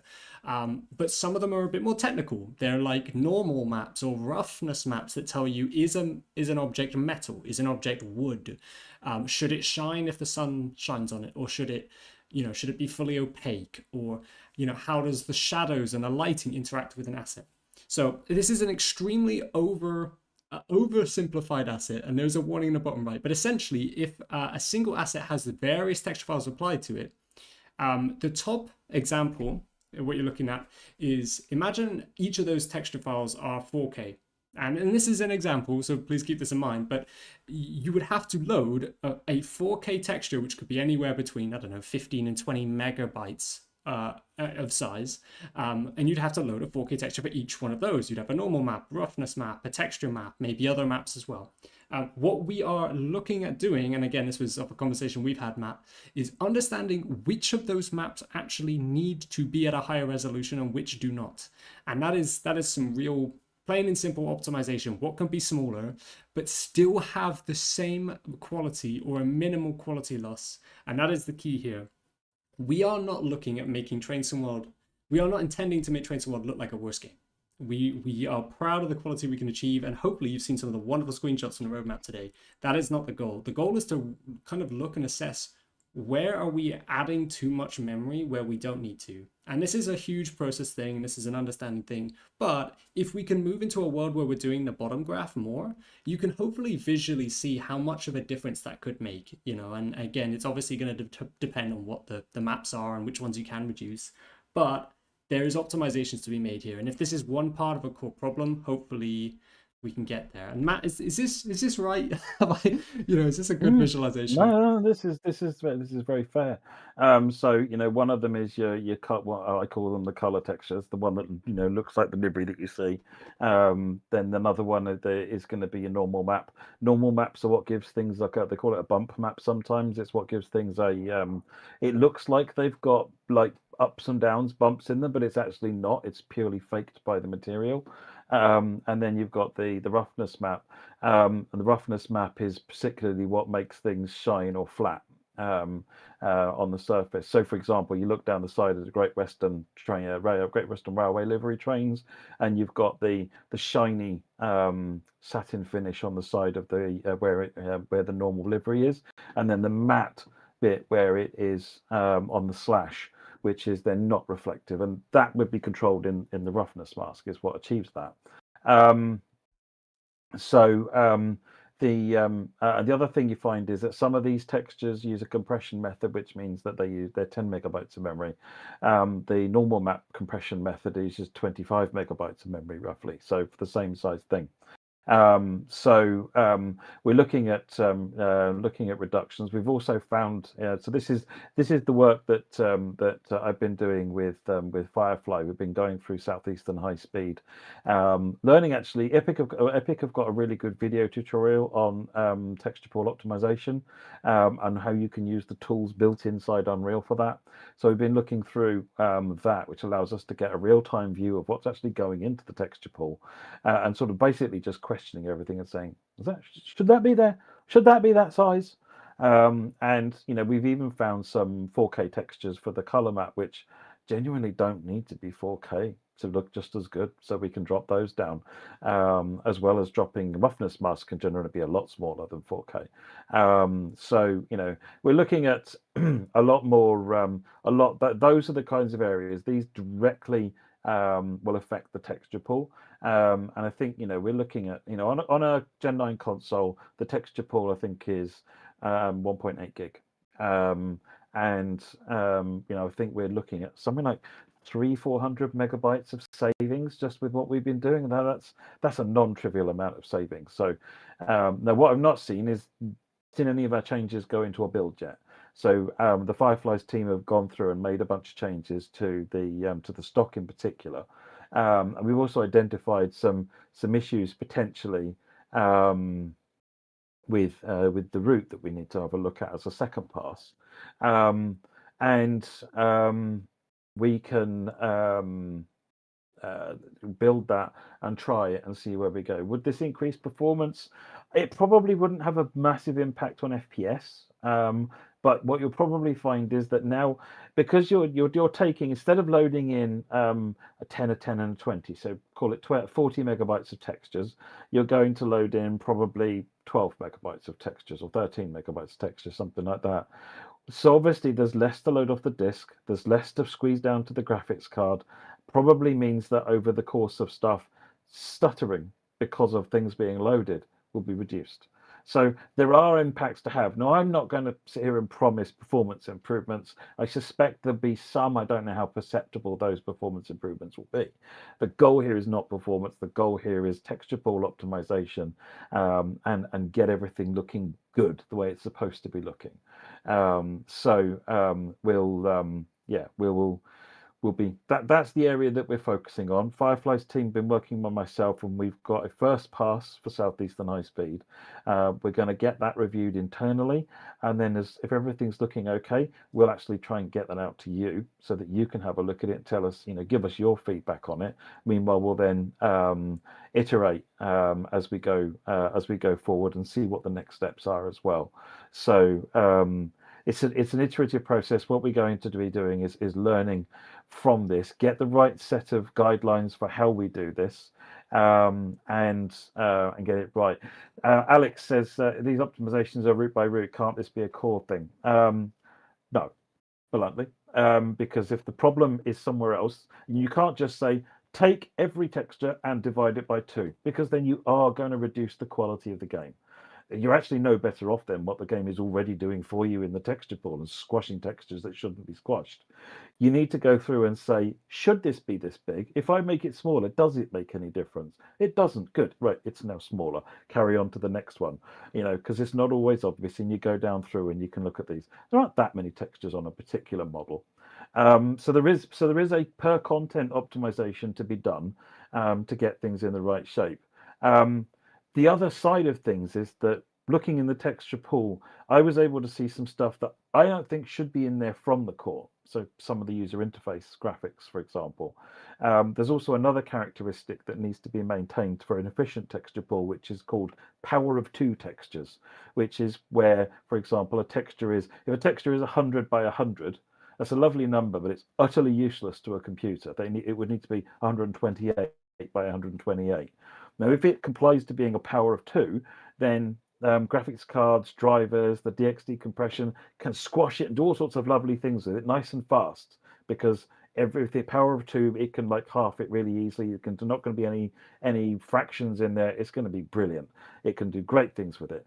The minute it's not power of 2, it's suddenly just going to use tons of memory. It's not going to be able to be reduced at all. And I found some non-power of 2 textures coming into the texture pool. So I don't know how much of an impact that has. None of them are that big.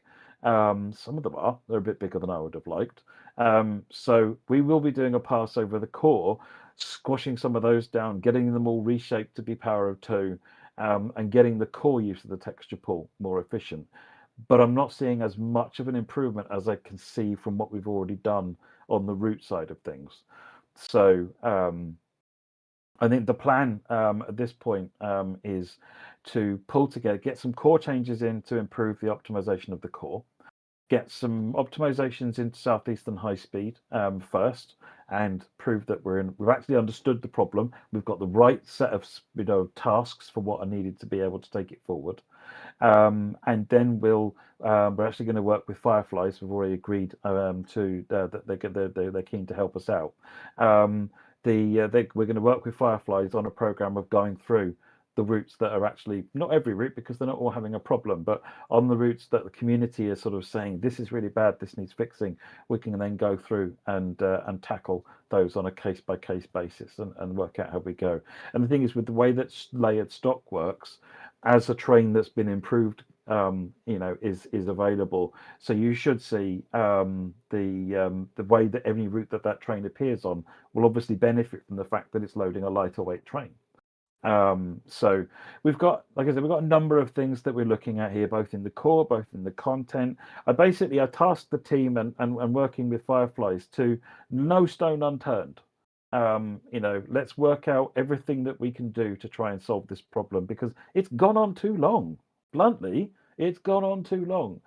We've dabbled in the problem. We've tried to look at various things to see what we can do to look at things and look to see what's wrong. And there's nothing wrong, right? There's no textures that when you look at them, you're like, oh, wow, that's a 100 megabyte texture.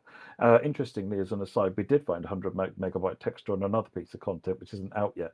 So that was good. We found that and fixed that and cured that. So that led into an extra step of process. So that could have been unpleasant if that had got out. So we're going to keep a closer. This is process, getting everybody in the team actually used to look in the texture pool and make sure things are the way that you want them to be. So it's upskilling the team, getting some new tech specs in place. We're also, once we've got these tech specs in place, in addition to actually getting some work done on the routes, we're going to start building up our automation tools so that we can build in checks and actually do static analysis on the route and say, well, I don't know for sure, but this route might be inefficient. And here's where I think it might be inefficient.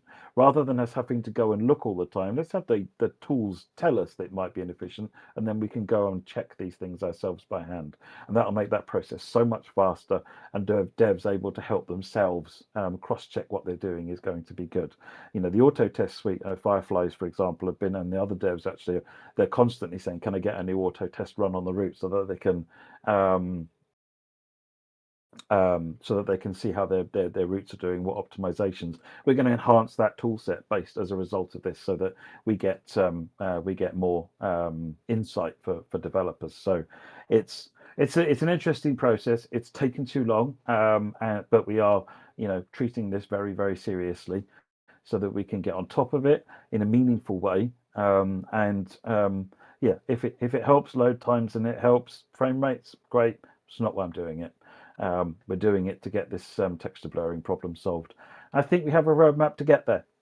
So we'll keep giving you updates. Like I said, the next update will probably be Southeastern High Speed going out, and probably some point around there may be the core change going out, if we find ways that we can improve, and then we can move on from that. Alex, maybe AI could help for faster check process in the near future. AI is not a magic answer to anything, to everything. I don't see AI helping this at all, because you need to be able to train it on a problem.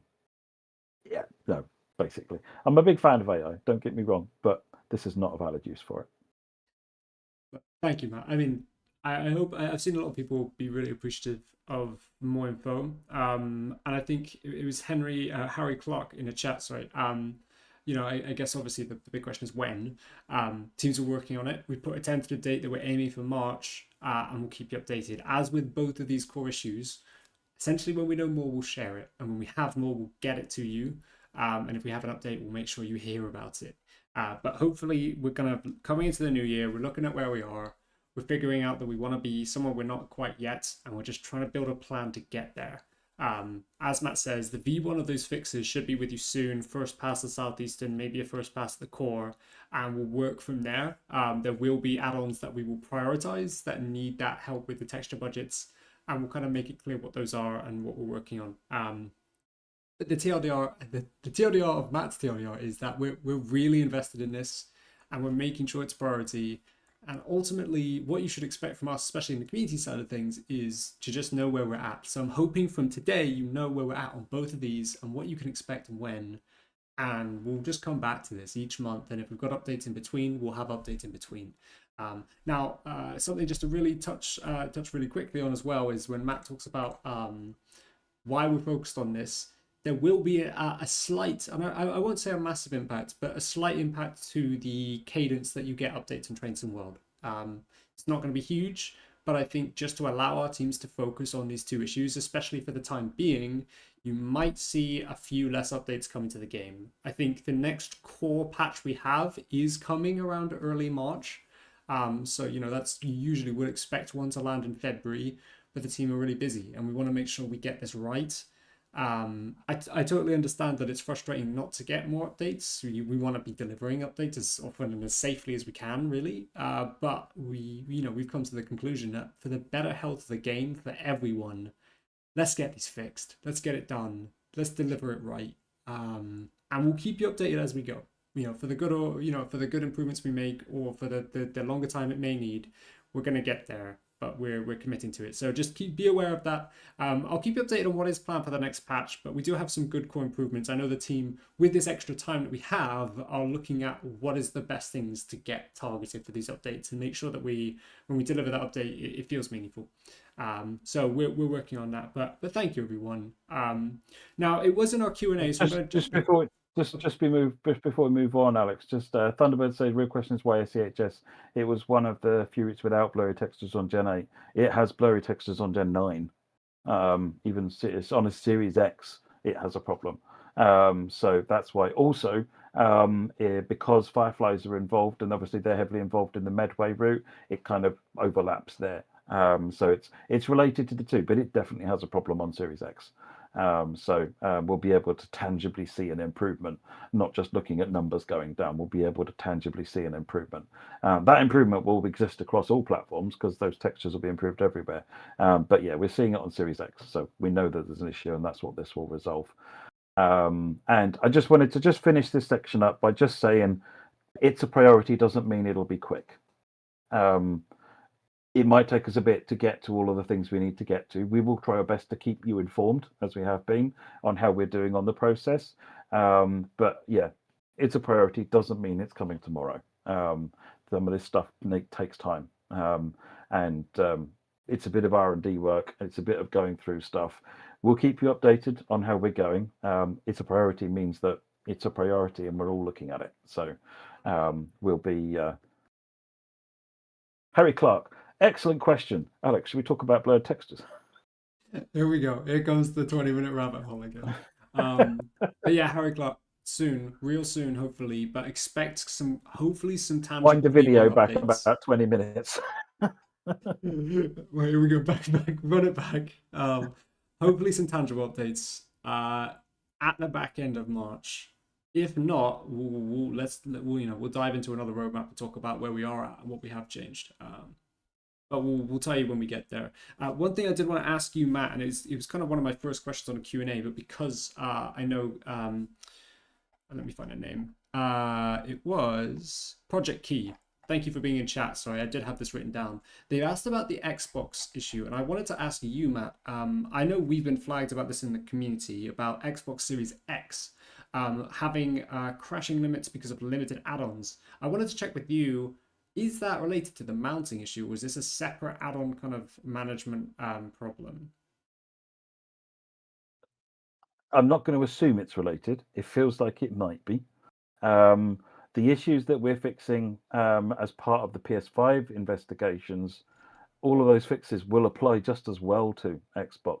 And it may well be that, so what we've found in some of these issues when we've been sort of looking at how the game loads and unloads content, that let's say, for example, you load a route, and it loads 15 other packages to make that, to get all the related layers and DLC and so forth for that. When you come out of that route, sometimes it might not unmount them all.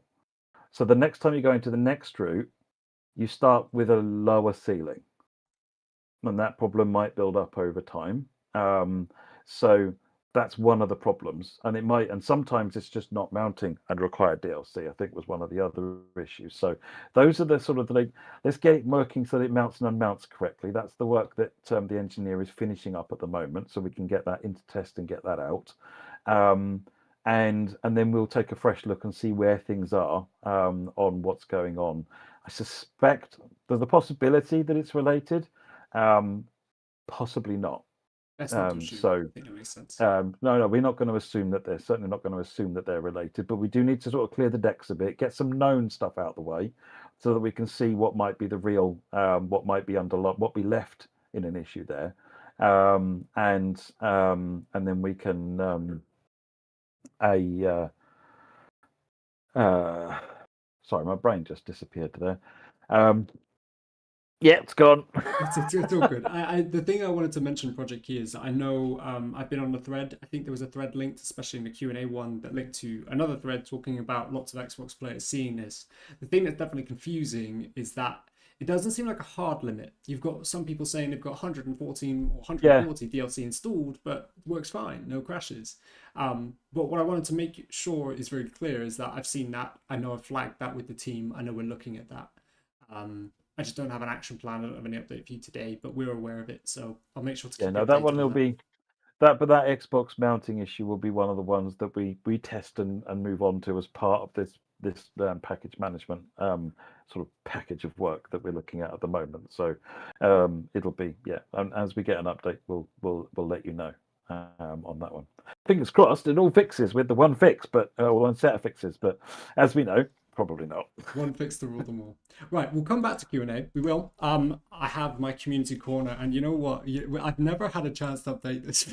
This is still the community corner section of my OBS. One day, I think I've said this at least 3 months in a row now. One day I'll get an asset request in for this. But anyway, before we get to the Q&A, which tends to kind of wrap up these streams, I just want to do a call out on a couple things. There is, obviously it's Festival of Rare right now. It's a huge time for us. Loads of discounts. So we shared them at the start of the stream. I won't go over it again, but you can get loads of stuff discounted and it ends this week. So check it out on Steam. But as part of that, there is some Festival of Rail specific mastery where you can unlock this poster in game to show on your routes, which is really cool. So be sure to check out your mastery. You can find it on the Dovetail Live site. And as well as this poster that you can unlock, we obviously have our routine monthly mastery challenges as well. So you've got tier 1, tier 2 there, you've got a badge, and then the poster you can unlock as well. Just a call out, obviously it's the 10th of February, so this has been live already. Thanks for those who were flagging some of the issues with tier 1 free roam session as well. We have fixed that. So this is something you can dive into and check out and get those rewards in at the moment. So quick call out to Mastery for those that enjoy it. I'm going to come back to the main camera now, and I'm going to be doing a little bit of script reading. We haven't talked about this yet. It feels like again it's maybe the class 66 in the shed or the elephant in the room. We announced a new game. We introduced Thomas and Friends Wonders of Sodor. We were thrilled to announce it. It was in collaboration with our friends at Mattel. And we will be releasing a brand new standalone Thomas and Friends experience across the island of Sodor. And it is coming soon in 2026. You will be able to find iconic Thomas and Friends locations in Wonders of Sodor, like you've never seen them before. Tidmouth Sheds, Knapford Station, the famous windmills are some examples. In the game, there'll be different stories. We have 8 stories, including Thomas and Gordon, Thomas and Bertie's Great Race, Percy's Troublesome Day, and more. Each story features a full narration by the legendary Mark Morahan for the ultimate storytelling immersion. And it's playable soon. We don't have a release date, but it will be on PC, Steam and Epic, PlayStation 4 and 5, Xbox One, Series S and X, as well as Nintendo Switch and Nintendo Switch 2 with the backwards compatibility that is on the platform as well. The big news is you can wishlist right now on Steam. So if you have heard of our announcement, fantastic. If you don't know what I'm talking about, though, be sure to check out Thomas and Friends Wonders of Sodor. We have an announced trailer we shared on our channel, on the Dovetail Games channel, and well, there's been a lot of news about it in the community spaces. So there's no more information I'm sharing today. That is all the kind of full kind of encapsulating info I can give you at the moment. But be sure to take a look. The team have been incredibly excited to see all the buzz and all the conversation. And I'm going to use it as a perfect segue into the Dovetail Discord slide. This is another one of my, I've just thrown this together, slides. But we couldn't have told. If you hadn't said something, I would never have guessed. These are all just screenshots. One thing I wanted to call out, and I want to give a big shout out to everyone who is involved in the Dovetail Discord, as well as our wonderful moderation team that help us run it. We've passed over 8,500 members in this server. It is a growing space. It's really active. I think our announcement over the weekend and some of the Festival of Rail bits has really boosted this, and it's so fun. It's such a wonderful community. But if you want to find all your latest TSW information, have a great space to talk with people, join our official Dovetail server, and you can find it through the link just there, discord.gg/dovetailgames. It is a wonderful space, and it's a great chance for you to also find, if you join that server, we have a section of our navigation panel that tells you all the other places you can go to find information, including other community servers, which are fantastic and run by various community members, community websites, various social pages. It's a great resource to have, and it's a great chance that if you're not sure where you want to jump into with Train Sim World, start there and then find your way across the community, because ultimately this is a great space. It's very community led, and I want to make sure we all bring ourselves up too. But grateful and incredibly grateful that we passed over 8,500 members in such a short amount of time. Right, almost there to the Q&A. Couple big things. We had some really great news for Train Sim Classic. I'll just mention it briefly. We do have an article on this, but we previewed the Northampton Loop line, which is really fun. It's a new route coming from the ATS team as well on TSC. We announced the China Railways ND5 from the Just Trains team, so that's a really exciting new freight loco serving China's rail network, as well as the and I'm gonna butcher this. The Hoof the Dorp to Hilversum.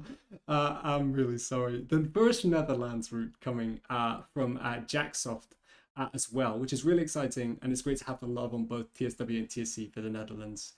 So keep an eye out for that if you're a fan of Train Simulator Classic. And as I'm going around the kind of franchises here at Dovetail, because it is the Festival of Rail, Metro Rivals New York.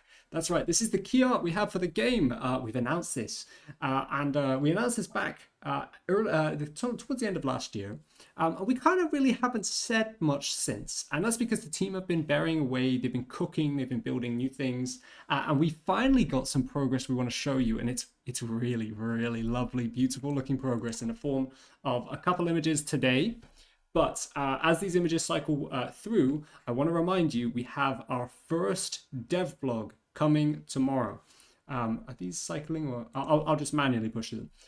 But our first dev blog for Metro Rivals New York is coming tomorrow with a live stream. Jan will be up on the live stream with a couple of our devs, Gabriel and Sam. They'll be showing some new screenshots, more than the ones I'm showing you here. They'll be talking about the gameplay. They'll be talking about what we've been doing with play testing. They'll be talking about the progress we've made. And you know what? They're going to be showing gameplay. We've got a couple videos, especially around some of the boosting mechanics in a game, some of the racing you're going to be doing, some of the cool UI that our teams have been cooking up.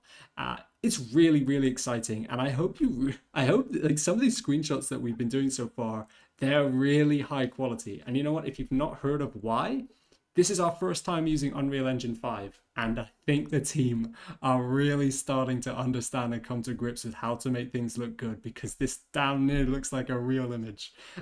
So it's, you know, as a summary, it's a new sim game, simcade game developed by our teams in-house at Dovetail. It uses Unreal Engine 5 for the first time in our studio. You're going to be able to race subway trains across a semi-fictional near-future New York, and face fearsome track titans in both single-player campaign or racing your friends with online multiplayer. Now, how exciting is that? So anyway, I won't steal all the thunder. Jan will be live tomorrow on the Metro Rivals channel, and there will be a dev blog landing tomorrow as well. So to keep an eye out for it, and you can wish list now on Steam, but I mean, maybe do that tomorrow when all the hype is out. So just to call out as well. Now I'm going to save it for that. I want to touch on some Q&A because we're kind of wrapping up towards the end of the stream. I have some questions pulled in from our Q&A thread. It's been quite a long stream already, so I want to touch on these and then we'll see how much time is left. Matt, if you have any input you want to add, I've got some answers I've written here, but if you feel like you can give something that I haven't said or some more useful insight, just jump in. Now I've got a first one from FS_CW, and Matt, no doubt you're going to jump into this, but how did Dovetail decide which routes to remaster? So I'll start first with a really basic one, which is we do surveys twice a year. I think now we do surveys. We tend to do a winter survey, and I think we do some smaller polls and surveys and requests from players to find out what they find about Train Sim World, what they're enjoying, what features they want to see. And as part of that, we ask them pretty bluntly, like if we were going to remaster some routes, pick your 5 you would remaster. We have data on this, and we use this data to help us inform, are we making the right choice? What do different regions of players want to see? What do players on different platforms or different age groups or different demographics? We use that to inform us. From a very data-led admin point of view, we have surveys, and it should give us an indication of what everyone in the community does want to see, generally speaking. But that's not all. We're in the community. I'm in the community every day. Our team are in the community. Matt, you're in the community probably more than me. And we see these general discussions. We see these chats. We see the threads. We see the social messages. There's a very real side of this, which is we see what people are talking about. And if they're asking for things, then we're very aware of it. But Matt, is there a kind of other side of this that you would want to mention about how we actually decide on which routes? There's actually something, but so all the remasters you've seen pretty much to date have been a much more simple process than that. So West Somerset Railway is because Liam wanted a simple project or a simple route to learn the trade of upgrading the. When you're remastering a route, you learn how to light bake, you learn how to set the lighting up, you learn how to look at upgrading textures all over and materials, all sorts of different things. And so Liam wanted something which was of a constrained size, and so he picked West Somerset Railway because he also likes that route, and that was the first one. That then led him to Great Western, which was because he liked Great Western. It's his favourite route. And it was very simply personal project. I'm going to do the route I like doing, and I want to see looking really good. So that was his decision on that one. And the Koln-Aachen route was Joe decided that he wanted to do another amazing timetable because Joe is amazing. He has more up his sleeves, more news on that in the future at some point when it materializes. But when he did the revamped timetable, one of the developers, Folesworld, said, he's an upcoming third-party developer making German content, said, I fancy maybe I'll do a remaster of Koln-Aachen because you've done that. So that's how Koln-Aachen remaster came about, sort of dovetailing into the updated timetable. And then East Coastway came about because Rivet were doing the 171. And we thought, after the feedback from the 170 and the fact that the Birmingham route didn't get an update when the route 170 went onto there, we thought, well, actually, East Coastway was like one of the most popular routes for a long time. And it really, really could use some love and an upgrade, and going along with that 171 update. So that one was kind of chosen by the 171 coming along, combined with the fact that it's super popular. So that's kind of the history of how we've got here. It's a mix of different things, but we do have a lot of data now, as Alex said, because of the survey, about what you want to see. And that's guiding thoughts going forward. A wonderful mix of both, but it is really good to put the context that there's passion built from the beginning on these remasters, especially the ones we've done so far. Yeah. So a huge shout out to Liam Noor and some of the other developers on these remasters. But we have another question, and I think, Matt, I can probably pass this to you. It might kind of touch on similar notes, but I think the organist, you asked, what about suspension on older trains? Are we going to look back at some of the back catalogue and maybe bring suspension? And I guess you could kind of extend this to other Train Sim World features as well. They mentioned like there was the 710, for example. So I'm not going to sit here and promise we can do that. I don't have the resources to make that happen. Would I like it to happen? Absolutely.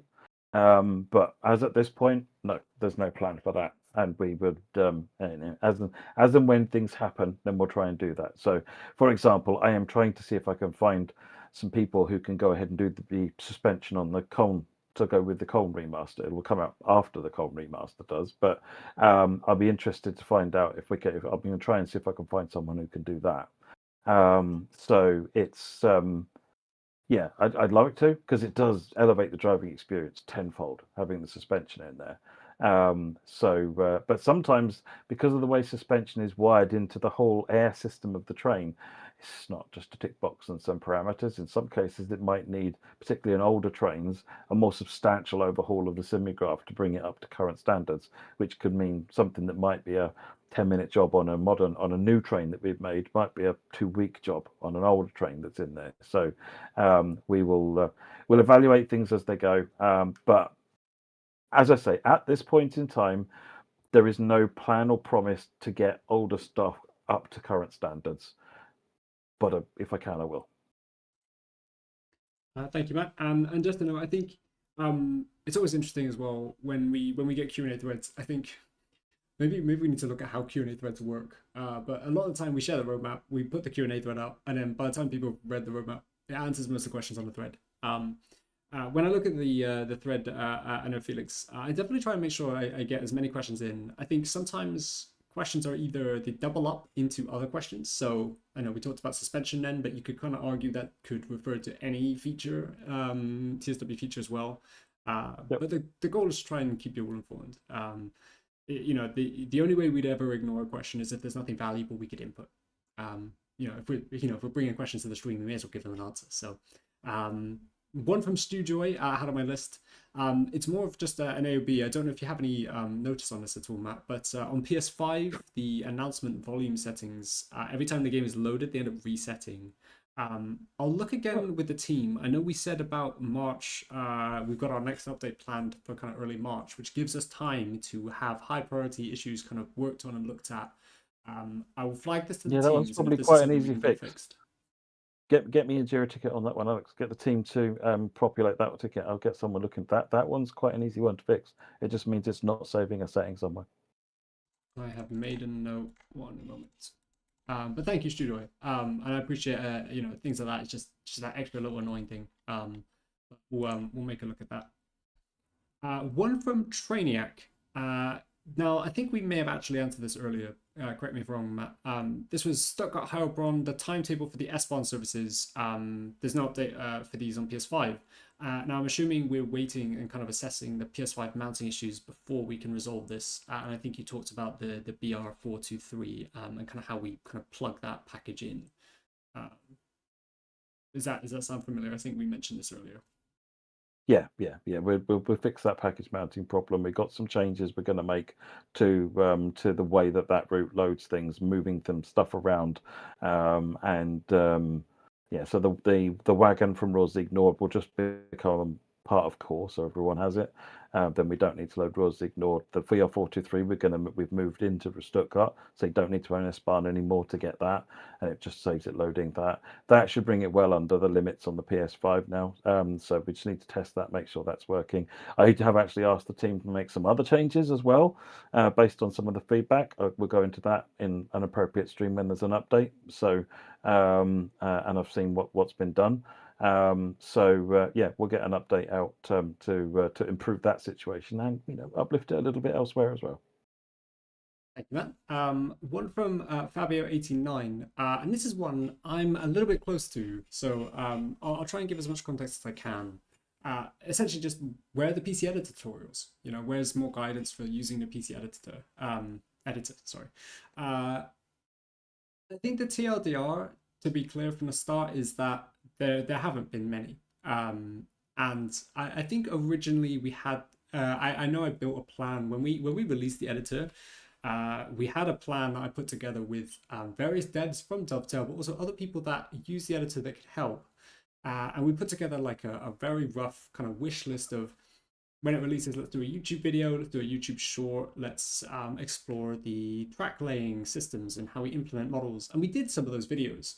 And I really appreciate some of the time that people spent with me on those videos, because I think they were great for what they were. They helped explore parts of the editor. I do think it was kind of like an onboarding series that we did. But what I will admit is I think since then we've struggled to deliver more. We've always been very clear with the PC editor. It is not a beginner-friendly tool. It's complex. You need knowledge on Unreal. You need in-depth knowledge about what you're doing to really get somewhere with it. But it is still ours. It is still something that, whilst it may not necessarily be super easy to jump into, as a company and as a goal for onboarding more third parties, I think we should be encouraging more people to be able to jump into it, if that's with guides, tutorials, and even for people who have experience. I don't, truthfully speaking, I don't know where to go from where we are today. It isn't easy. The teams are very busy. There are some other super priority things that I don't want to pull people away from. But I do want to keep supporting the PC editor community in any way I can. I do talk with a couple keen people I know in our Discord space. I know Ryan I work really closely with and check in with, especially if there's any issues with the editor. I'm so happy to see a really great PC editor community. I do wish there was more I can deliver for like tutorials. I mean, it's not something I can jump into and give a good, useful tutorial on. There is knowledge that needs to be explained by people that know the tool. And I guess as just a kind of call out for people that do have that knowledge, that may be watching, various devs that may be checking in, or ambassadors or anyone, I am willing to make anything work. Please reach out to me if you feel like you have an idea, or if you want to get involved in a tutorial, whether it's a 5-minute guide or whether it's a kind of hour depth video. I want to make this work if I can, but I will admit that I did explore this, and it's not something I've been able to really flesh out. And I think when it comes to priorities, it's a little bit hard to weigh up on the stack of other things that I know some of our team members are looking at. I don't know if you have anything to add into that, Matt. No, it is something we need to. I know we've talked about it in the team, that even some of the third-party developers we're talking to, how they might benefit from some over-the-shoulder footage. How to do certain things. So I am thinking about, from a dev perspective, what we might be able to pull together. That's maybe perhaps less designed, written, curated, punchy tutorials versus if it's an hour just over the shoulder of someone who's doing something, maybe talking as they're going, covering stuff. You probably learn a lot from that too, and that's a lot easier to make that kind of thing. And maybe it's better to get good out than fail to get great out. So we can. It's something it's something on my mind. I don't have a plan for it at the moment, but it's something on my mind that has come up on multiple occasions to see how we can help. And if we wouldn't just make videos to send to third parties, because a number of you are our future third-party developers, so it's in everyone's interest for this information to be available to everybody. So if we get some solutions and some videos together, then you'll find out when we shout about it from the rooftops. I like that we're talking to our future third-party devs. You just don't know it yet, but you are Yep. one of them. You absolutely are. You absolutely are. So we've reached the kind of 2-hour mark. There's a couple really quick ones I just want to mention here. Puddington Bear, any news on the 420? We don't have any news this month. We'll keep you posted when there are updates to share. I know it's kind of one that kind of goes some time between work, but I know the team are looking at it still. And when we have more to share, we will include it. But nothing to add in February.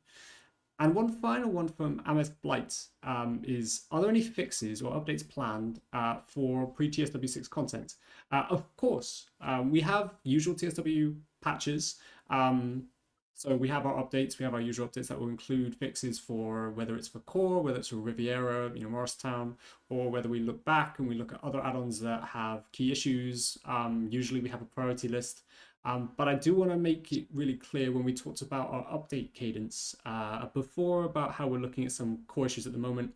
We're going to need to be a little bit more picky, a little bit more clear about which ones we focus on as we go into a phase of updates being a little bit less frequent. But of course, we'll have updates for content that was released before 2026. And just to be really clear, obviously it will be updated in the newest core and a newest core moving forward. But yes, we do. I don't have any news on what's going into the March patch, partly because I know we're still looking at how we can work in more priority issues, like, for example, when we talked about the PS5 announcement volume setting. Maybe we can work that in. Fingers crossed. I'll check with the team if we can get that looked at. but hopefully that's an easy one. We'll just let you know more details when we have it. And that clears off my list. I know there are a lot of really great questions in chat, but I also I think we want to close off the stream there. And as a note, the Q&A threads, the Q&A chats we used to do in a Discord, I want to bring them back. It has been crazy busy, and you know, I'm on a call with Matt, who is maybe my busy as like his Sunday afternoon relaxing time. But our teams have been working really hard. No. You're busy. You're a very busy person too, Alex. To be fair, it's coming from one of the best. But Matt, I do appreciate your time tonight. But it's been a really wonderful time. Festival of Rail is our event. It's our big publisher event. I think, hopefully, fingers crossed, you guys can see that we went as hard as we could this year. Loads of new remasters, huge news on various different things, whether it's in Train Sim World or Train Sim Classic, Wonders of Sodor, Metro Rivals. Or just hopefully there's a bigger picture that we're building here. And ideally, with a fresh set of eyes into the new year, we can look back at some of the things that we're not doing right and we can get them fixed, like blur textures and mounting. And we're looking at things we're doing really well, like remasters, and finding ways to keep doing more of them and keep giving back. Hopefully this year is going to be a good one. But it has been a busy time. I want to get back into it. There is no hopefully, Adam. Alex. There is a no. We're going to get back into it. But as for Q&As, I do plan to bring us back. It's just with all the stuff preparing for kind of this roadmap and this kind of week period, it's not been something I want to focus on. But now that we're kind of tipping out the end of Festival of Rail, I want to bring them back. And my goal is at least 1 or 2 every month. And that feels like the minimal we could be doing. You know, I would love to jump on more frequently. But I'll try and build a plan and try and give an update on when we're next going to do one. I think it's always next week. So I'll let you know, but they happen in the Dovetail Discord. So I know I did a plug earlier, but if you're not in the Discord, be sure to join it. It's just the best platform to host them, and it's really easy for us as well. But if you do miss them, we upload them onto our YouTube channel anyway, so it's no biggie. But join the Discord. We want to get to 10,000 people. Anyway, that will do for tonight, folks. It's been a wonderful evening. I'm going to put the roadmap graphic on the screen again, and you can see the latest and greatest of where we're at. And Matt, thank you very much for a wonderful evening. I hope everyone has really appreciated you tonight because you've given some brilliant insights. No, thank you. It's always good to be here and getting out the information. And as we roll back to the cameras, I'll just say thank you for everyone. Again, this has been the biggest roadmap of all time. I feel like we've had other roadmaps which have had like maybe less words and more images, but hey, it's something to be proud of at least. Anyway, everyone have a brilliant night. We'll be in the community, so don't expect us to go anywhere. You'll catch us throughout the week. Koln-Aachen Remaster on Thursday. More news coming soon on the East Coast Wave Remaster. And keep an eye out. Who knows? There may be other releases we haven't talked about coming in the next. I'm not going to leak it. Just keep an eye out. All right. Follow our news. You'll find the dates when they come out. Anyway, good night, everyone. It's been brilliant, and we'll see you around. Bye bye.